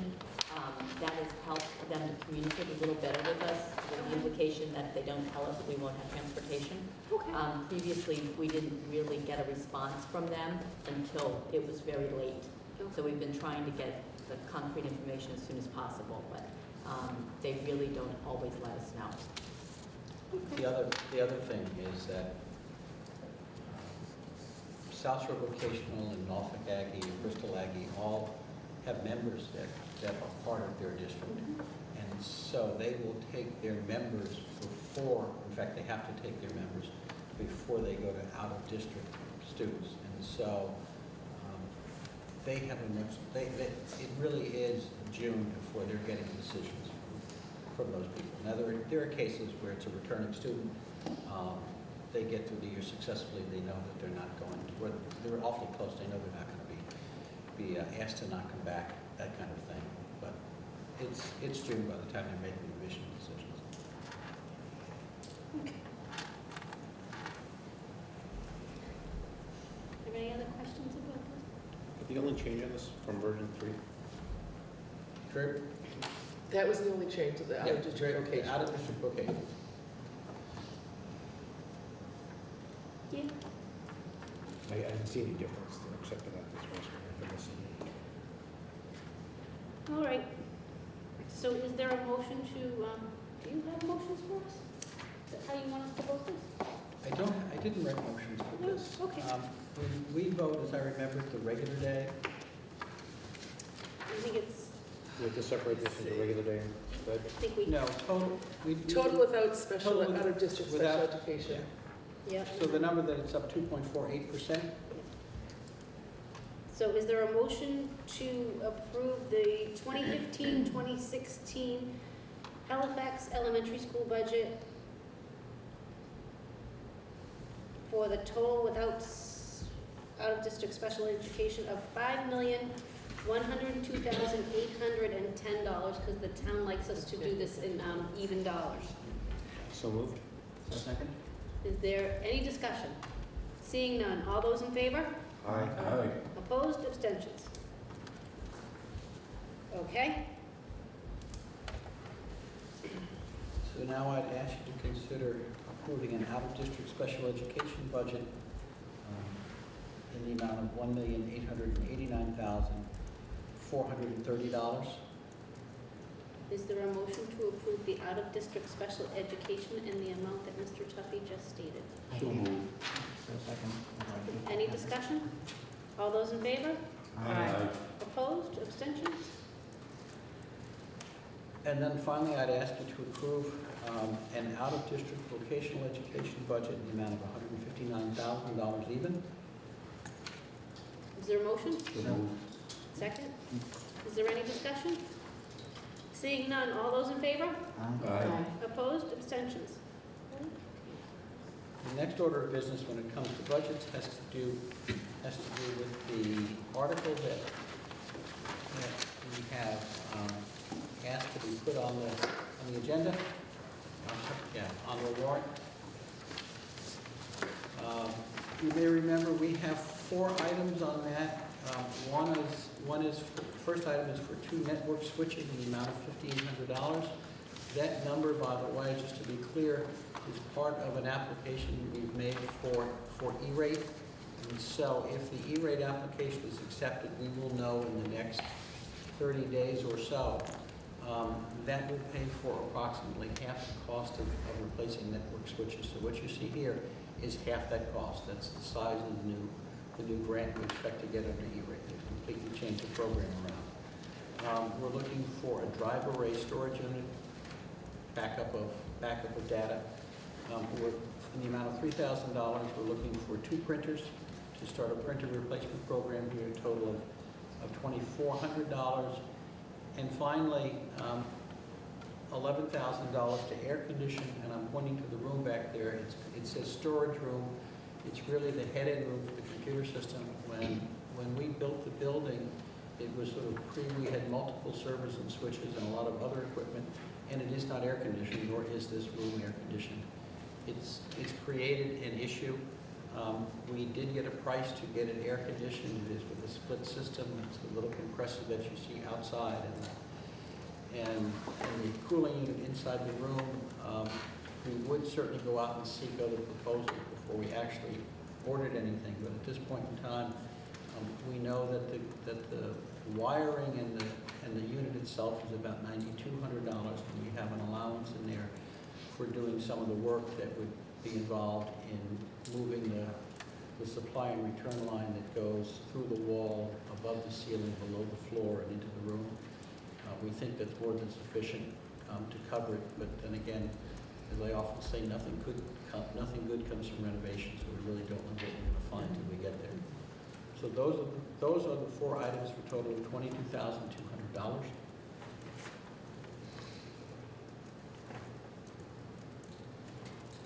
questions?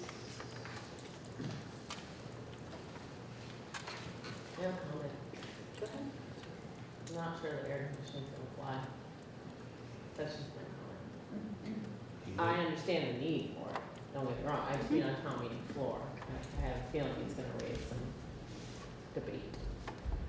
And maybe we should be prepared to defend our position if we're taking that, if we're supporting that. If we support it, and I guess part of the concern that I have is if we don't start air conditioning that room, we're going to start going through servers, and servers are expensive. Exactly. Oh, I agree, I just think we should be prepared to defend Yeah. it, that's all. Can we get an expert in the town meeting to I can bring an explain expert. the need? Can you become one? Actually, two comments to that. I mean, one, air conditioning that room is not unlike what happens, I believe, at Town Hall and the police station. It's not unusual, it's not uncommon, and we may need to point that out. The other is, as really part of a quick reality check, I guess is the best way to put it, that we had done for our IT systems here. We had Silver Lake looked at, as well as a quick review of what we're doing in the buildings in terms of replacement schedule and the direction we were going in designing the network and the types of switches we're using and what sort of current thinking in terms of the future. And one of the comments they made specifically about this building is that that room needs to be air conditioned. So there is some backup. And hopefully people will understand that we've become data dependent and If you own a home computer, especially a PC, you'll notice there's a little electric fan that runs in the back. That's basically what it's doing, if you need to explain it. Sure. We're basically putting a fan so that it can keep all of the systems, because it does produce a lot of heat, and it will crack, and it will cost you a good chunk. And I think your point's well taken. We certainly, I think people may well say, you haven't had it all this time, why now? And frankly, we're using it differently than we used to. And you used to go in there and there really wasn't much in there. And now there's a lot more equipment and a lot more heat. So. So you need a motion for us to approve the technology warrant? Yes, the Oh, I have a quick comment. Sure. I'm kind of a self-proclaimed expert, I guess. I'm a licensed refrigeration contractor, all that stuff. Just as a word of advice, I work on server room computer AC systems every day. The one thing that always happens is nobody ever plans for expansion. Nobody's driving the same car they drove 5 years ago, I shouldn't say that. Nobody's running the same computer they had 10 years ago. Yeah. And I can count on one hand every day how many calls I get that say, we know the system's only 2 years old, we've outgrown it. We need to look at it as something else. And that $11,000 today versus, which seems reasonable to me, but a 2-ton unit versus a 3-ton unit today is a heck of a lot cheaper than going back 2 years from now and saying, we outgrew it, the systems got faster, they produced more heat, we need more money. Just as a comment. Thank you. So your suggestion would be to buy you're like in the example you used, the 3-ton unit now, because it's gonna grow, as opposed to buying the 2-ton and Yep, going so- back and buying another 2-ton later. So all the equipment in that room produces a specific amount of heat. You can look it up based on what the actual devices are. It's not unusual to go to your network administrator in town and say, historically, what have you seen for our rate of growth over the years? So if you have, say, a 30,000 BTU load in that room right now, and over the past 2 years you've expanded 10%, then you want to build in another 3,000 BTU, so you want to look at the next side. So has that been taken into consideration when the person came in to look at that room? Is the quote we were given our unit they determined would be sufficient for that, just for what's in there now? Or did they take that expansion into consideration? We made some assumptions about what we have in there now and what we're apt to have there in the next reasonable period of time. And the feeling was that a 36,000 BTU unit would be sufficient. There's no solar load in there, there's no windows, that kind of stuff, so it is a closed room. And that was the feeling. But we'll certainly double check and make sure that we're being reasonable about it. One of the things that has happened is that some of the servers that we're now using here actually use less energy, produce less heat than the ones that we used to have. Can I just ask if the committee would consider before town meeting, maybe having a statement that could be handed out at town meeting as to the rationale of why you want that issue supported. I know that you don't always have a lot of room in the article to state a case, but if you have the facts there, other than arguing on town meeting floor, it might make more sense to just have it handled at the door. People can look at it, there's all the statement as case there, and it might go quicker. Or you can That's not circulate that ahead of time. For the whole article, not just the AC, the whole Yeah. article. Yeah. In general, yes. If you tell them why, I think you'll be surprised at what they'll Right. support, but they need to know why. They need to know the Yeah. facts behind it. Excellent I agree. suggestion. I like that suggestion. And that is a good point. Of those items I just mentioned, the one item that is new is the air conditioning unit. The switches that we're using we're currently using switches. These are replacement switches. They've been here for a while. They've come to the end of their useful life. The backup, the drive array storage unit, frankly, replaces a different kind of storage unit that we had, which got old and died, and the printers just have been used a lot. So Right, what's new? The air conditioning Saving unit. that, I think. will But I think save just on it. going through it, and even if, we make 150 copies for town meeting, I don't even know if that's enough right now, and say, okay, this is what we're looking for, and this is the backup before, and we have it available, just like the town hall does, and on that back table, I think. I like that idea. Mrs. Roy? Obviously, we're going to have to explain it to the townspeople because they ultimately have the final decision. But I wanted to let you know that we did put the funds aside when we've been calculating the budget capital plan. We met earlier today. And so we do have a placeholder for that article. So there is funding. So I believe at this point, we need to vote the technology article, and I believe our liaison needs to meet with capital planning at some point before town meeting. I mean, we've made our recommendation, I think. Yeah, I mean, you could meet with us next Monday. I'm not sure we are going to meet because I think a couple of our members are out of town. But certainly sometime before town meeting is fine. But, I think we've heard the explanation before, and I think we're all pretty comfortable, and we could reach out to you if that's difficult for your schedule.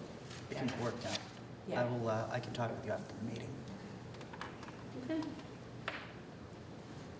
So we need to vote. So we need to vote, yep, so there needs to be a motion to approve the 22 1,200.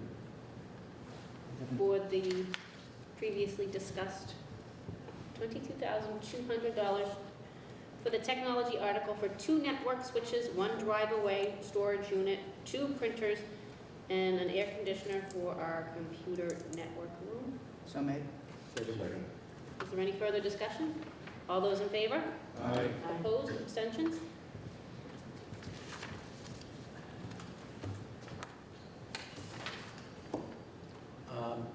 Two other items.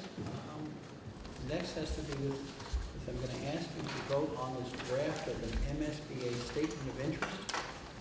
I know that last time we met, I talked about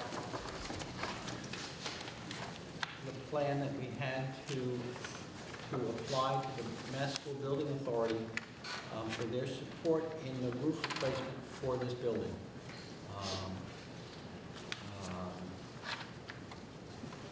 They have a repair program. We make an application to it. What you have before you is a draft of what I'm going to be submitting. This form is used for everything from building a brand new school to a repair project. So it looks a little odd. There's some questions that aren't fully answered. We have short answers, and that's fine. What needs to be filled out is some information specifically about the roof, and I will be meeting with Jerry Elliott about that. He has some information and had a survey done, or got a report a few years ago. The simple explanation of what's gone on is that we've come to the end of the roof's useful life. This addition, the new part of the school was built in 1993, opened in 1994. We've gotten our money's worth. The flat roof, the membrane roof in the building, I'm not exactly sure how old it is. It certainly predates 1994 as far as I know, and I will be talking with Jerry, and he may have some additional information.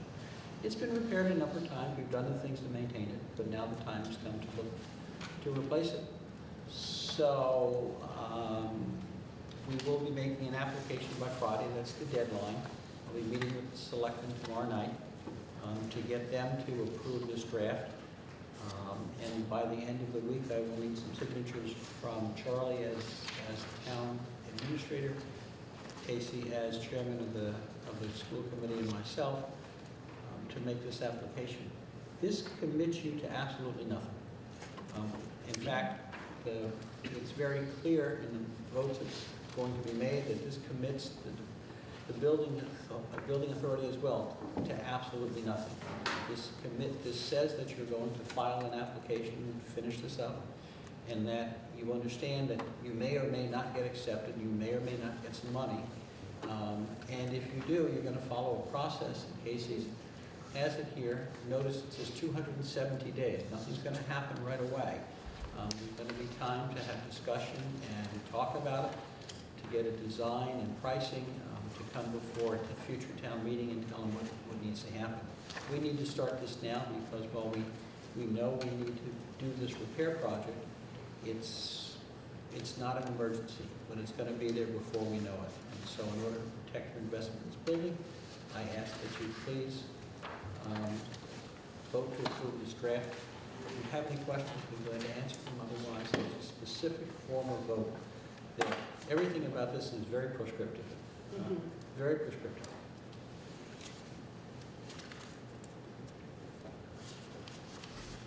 And looking at the MSBA's website and trying to determine what the process would be and what hoops we were going to have to jump through. If we are accepted into the eligibility period, which doesn't come out until the fall of 2015 or winter of 2016. Correct. So we're going to submit this statement of interest now, and we're not going to know for quite a while whether we're in for this year or not.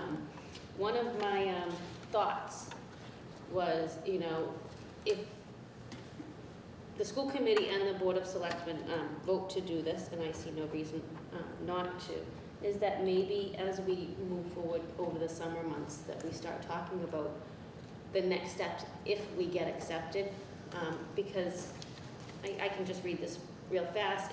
If you're accepted, you need to submit what they call an initial compliance certification within 30 days. And then you need to form a school building committee within 60 days after that initial acceptance. So I think it's something that if we're going to move forward, and I think we should move forward, it's a conversations that we should start having in the summertime so that we're prepared with, I think I pulled up the initial compliance certification. It's 90 pages of different things that have to be voted and certified, and that's just my comment on it right now. It looks like it's going to be a complicated process.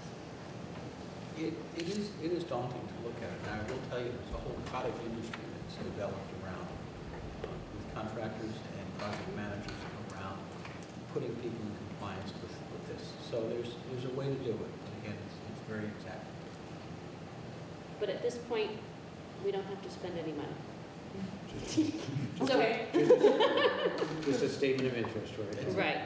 Just a statement of interest, and frankly, a statement of interest, and if you get some money, that's wonderful, because you're gonna have to replace the roof on this building at some point in time. If they will help you pay for it, my advice is jump through a couple of hoops and say, Mother, may I, several times. And as long as we can follow their process along the way, until it's not our process anymore, until it gets turned over to a school building, I think we have a responsibility to do that. Having done grants before of this sort of magnitude, I would say it's probably the best. This is the money not exact spent. language they want. Do you want me to read that? You can read it if you'd like. Oh, I didn't know if you can make a motion. I can't make the So motion. that's why I can say, is there a motion to, and read it, but if you want to read it, I'll It doesn't let make you any read it. difference. I was I'll just let trying you. to make it procedurally correct. So we have to read the exact contents. Okay, so is there a motion for, and I'm going to read the exact wording of this. It reads, resolved, having convened in an open meeting on April 6, 2015, prior to the closing date, the school committee of Halifax, in accordance with its charter, bylaws, and ordinances, has voted to authorize the superintendent to submit to the Massachusetts School Building Authority the statement of interest form dated April 10, 2015, for the Halifax Elementary School located at 464 Plymouth Street, Halifax, Mass., which describes and explains the following deficiencies and the priority categories for which an application may be submitted to the Massachusetts School Building Authority in the future. The replacement of the roof has been identified as a priority, as repairing it is no longer a viable option, and hereby further specifically acknowledges that by submitting the statement of interest form, the Massachusetts School Building Authority in no way guarantees the acceptance or the approval of an application, the awarding of a grant, or any other funding commitment from the Massachusetts School Building Authority, or commits the city, town, regional school district to filing an application for funding within the Massachusetts School Building Authority. That's a motion. Is there a second? Second. Is there any further discussion? Do you have a copy of that? We all got a copy of this, didn't we? No, she's not everyone. Oh, I'm sorry. You have one. You said it was in your packet. Oh, okay. I didn't see one in that. I didn't see it either. Unless it's hidden in here. Derek made the motion, and who seconded it? Bob, Mr. Johnson seconded it. one of them too. Okay. So is there any further discussion? Seeing none, all those in favor? Aye. Opposed, abstentions? All right, and just one further note that I believe this is on the selectmen's agenda for 7:30 tomorrow night for any of us who want to be present. Yeah, you're looking for a good time. Always a good time. And finally, School.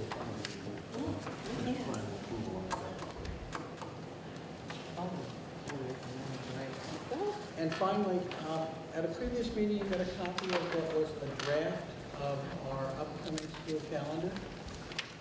And I'm going to ask you to please take a vote now to approve this draft very quickly.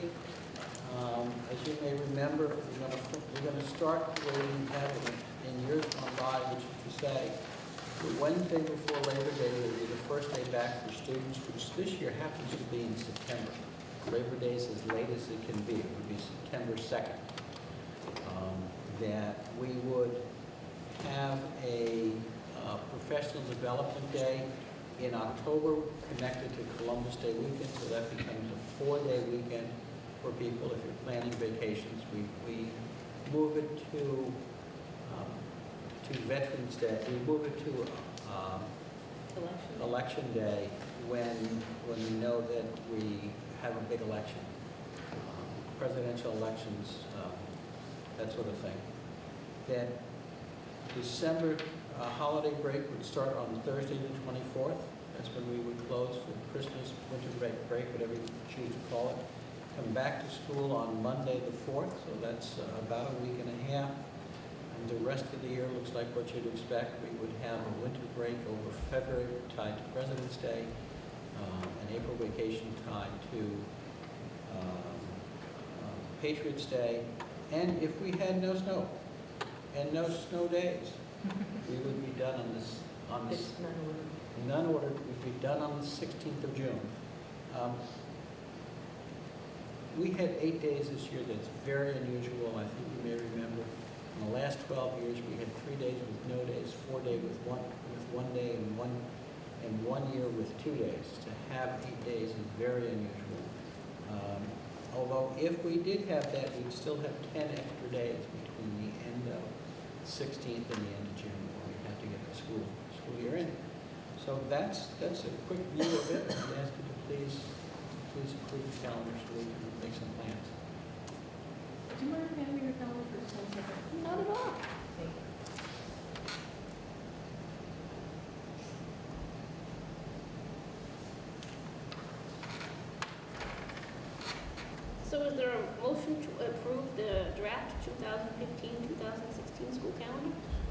So moved. Second. Just wanted to see how you guys felt about changing the holiday break in December to Christmas. Oh, by name? Yeah. Instead of saying holiday, have it say Christmas. You want to make a motion? I'm opening to discussion. I want to know if it's worth making a motion. I'm not sure I understand what you're asking. I understand what she's Yeah. asking. In December, it says on the 23rd, holiday vacation begins. Why doesn't it say Christmas vacation?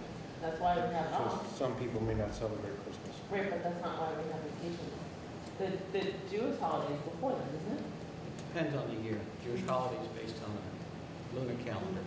I believe it said Christmas on the cable TV at the time. I just want your opinion on it, that's all. I'm not, throwing it out there. Curious to see where other people. Can I express a personal opinion? Certainly. Thank you. This has been called winter holiday for at least the last 14 years. I mean, as long as I've been in the district, it's been winter holiday. It's a time of the year when not only is Christmas celebrated, Christmas is just one day. The rest of it is a vacation break. It's a time when, depending on the calendar, the Jewish holidays are celebrated and Kwanzaa is celebrated. I think that in this day and age, we ought to be more inclusive, not less inclusive, and I think that to identify it as just a Christmas holiday makes some people feel uncomfortable and uneasy. I'm old enough to have gone to public school at a time when we had prayer in school. And I can remember going to public school, and at that time, if you said the Our Father, it did not say, "For thine is the power, kingdom, and glory, now and forever, amen." And so I can remember feeling somewhat awkward as being in a school that not everybody was Catholic, and myself and somebody else who was Catholic stopped, and everybody else kept talking. I don't see a particular reason to identify what next year will be a 7, 8, 9-day period over what is just one day of that entire time, a day that is a federal holiday and identified as a Christmas holiday, which we, I think, identify on calendars as Christmas, but the rest of it is just a winter holiday, and that's just my opinion.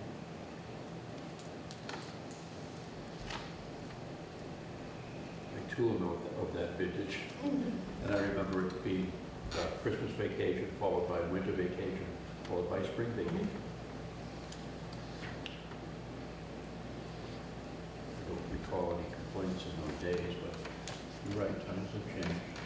And I think we have in our town a few very religious Jewish families who would take offense if we did change it, and I think out of respect for the people who live in town, I think I would be more comfortable leaving it with holiday, since that's what it's been traditionally for many years now.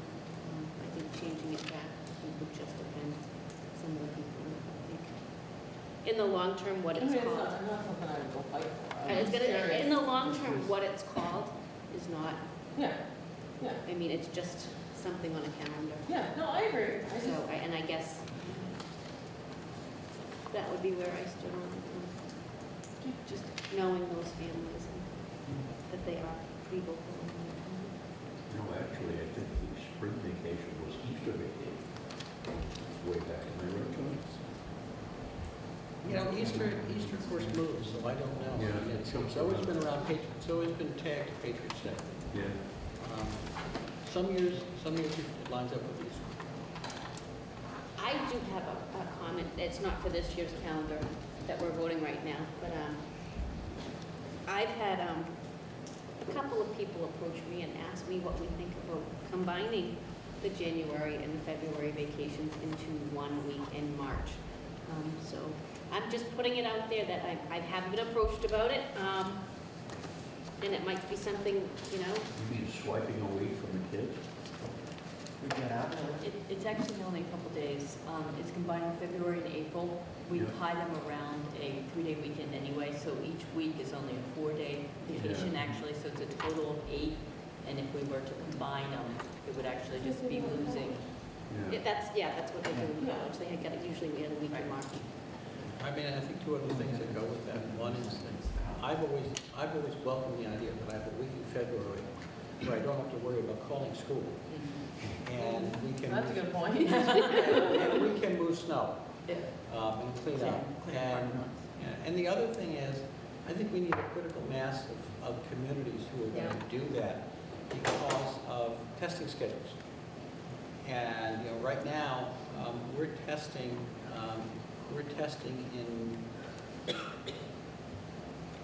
in March. And that's the time that people talk about, is to combine February and April and split the difference, take a week in March. So in the end, I think you wind up with a week where you may have some snow days anyway, because it's February. You're only picking up 3 days, and we need to get the state on board so that we're not running into testing schedules that are out there right now, because there are prescribed periods of time for doing testing. But will that day come? Perhaps. I think I feel comfortable knowing that you start before Labor Day. The one year that I remember when we started after Labor Day had to do with construction in Silver Lake High School, and we said, yippee, it was a year like this year where we started late and they wanted as much time as possible so that they could do some demolition without kids and start to do some construction. And we had the students come back on Tuesday after Labor Day, and that was the year when I think we had 5 or 6 snow days. Yep. And we kind of wondered if we were going to get those days in or whether we'd have Saturday classes. We went to school on June 28th that year. Yeah, it was pretty crazy stuff. I can remember as a parent saying, am I going to be able to go on my vacation?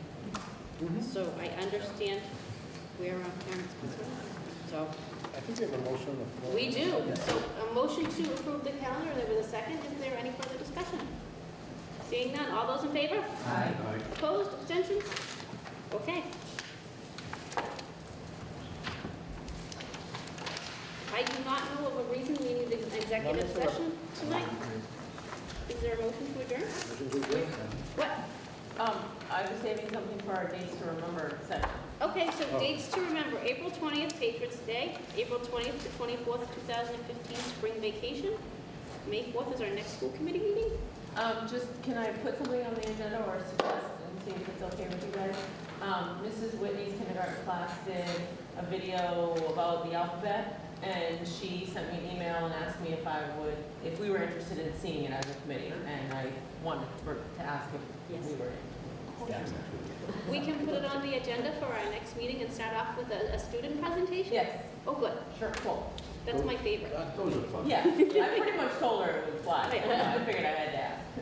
It's the kindergarten. We don't They're see how so it's the cute. kindergarten. All right, so there's a motion to adjourn, and there was a second? Yes. There is now. Okay. All those in favor? Aye. Opposed? Abstentions? Thank you.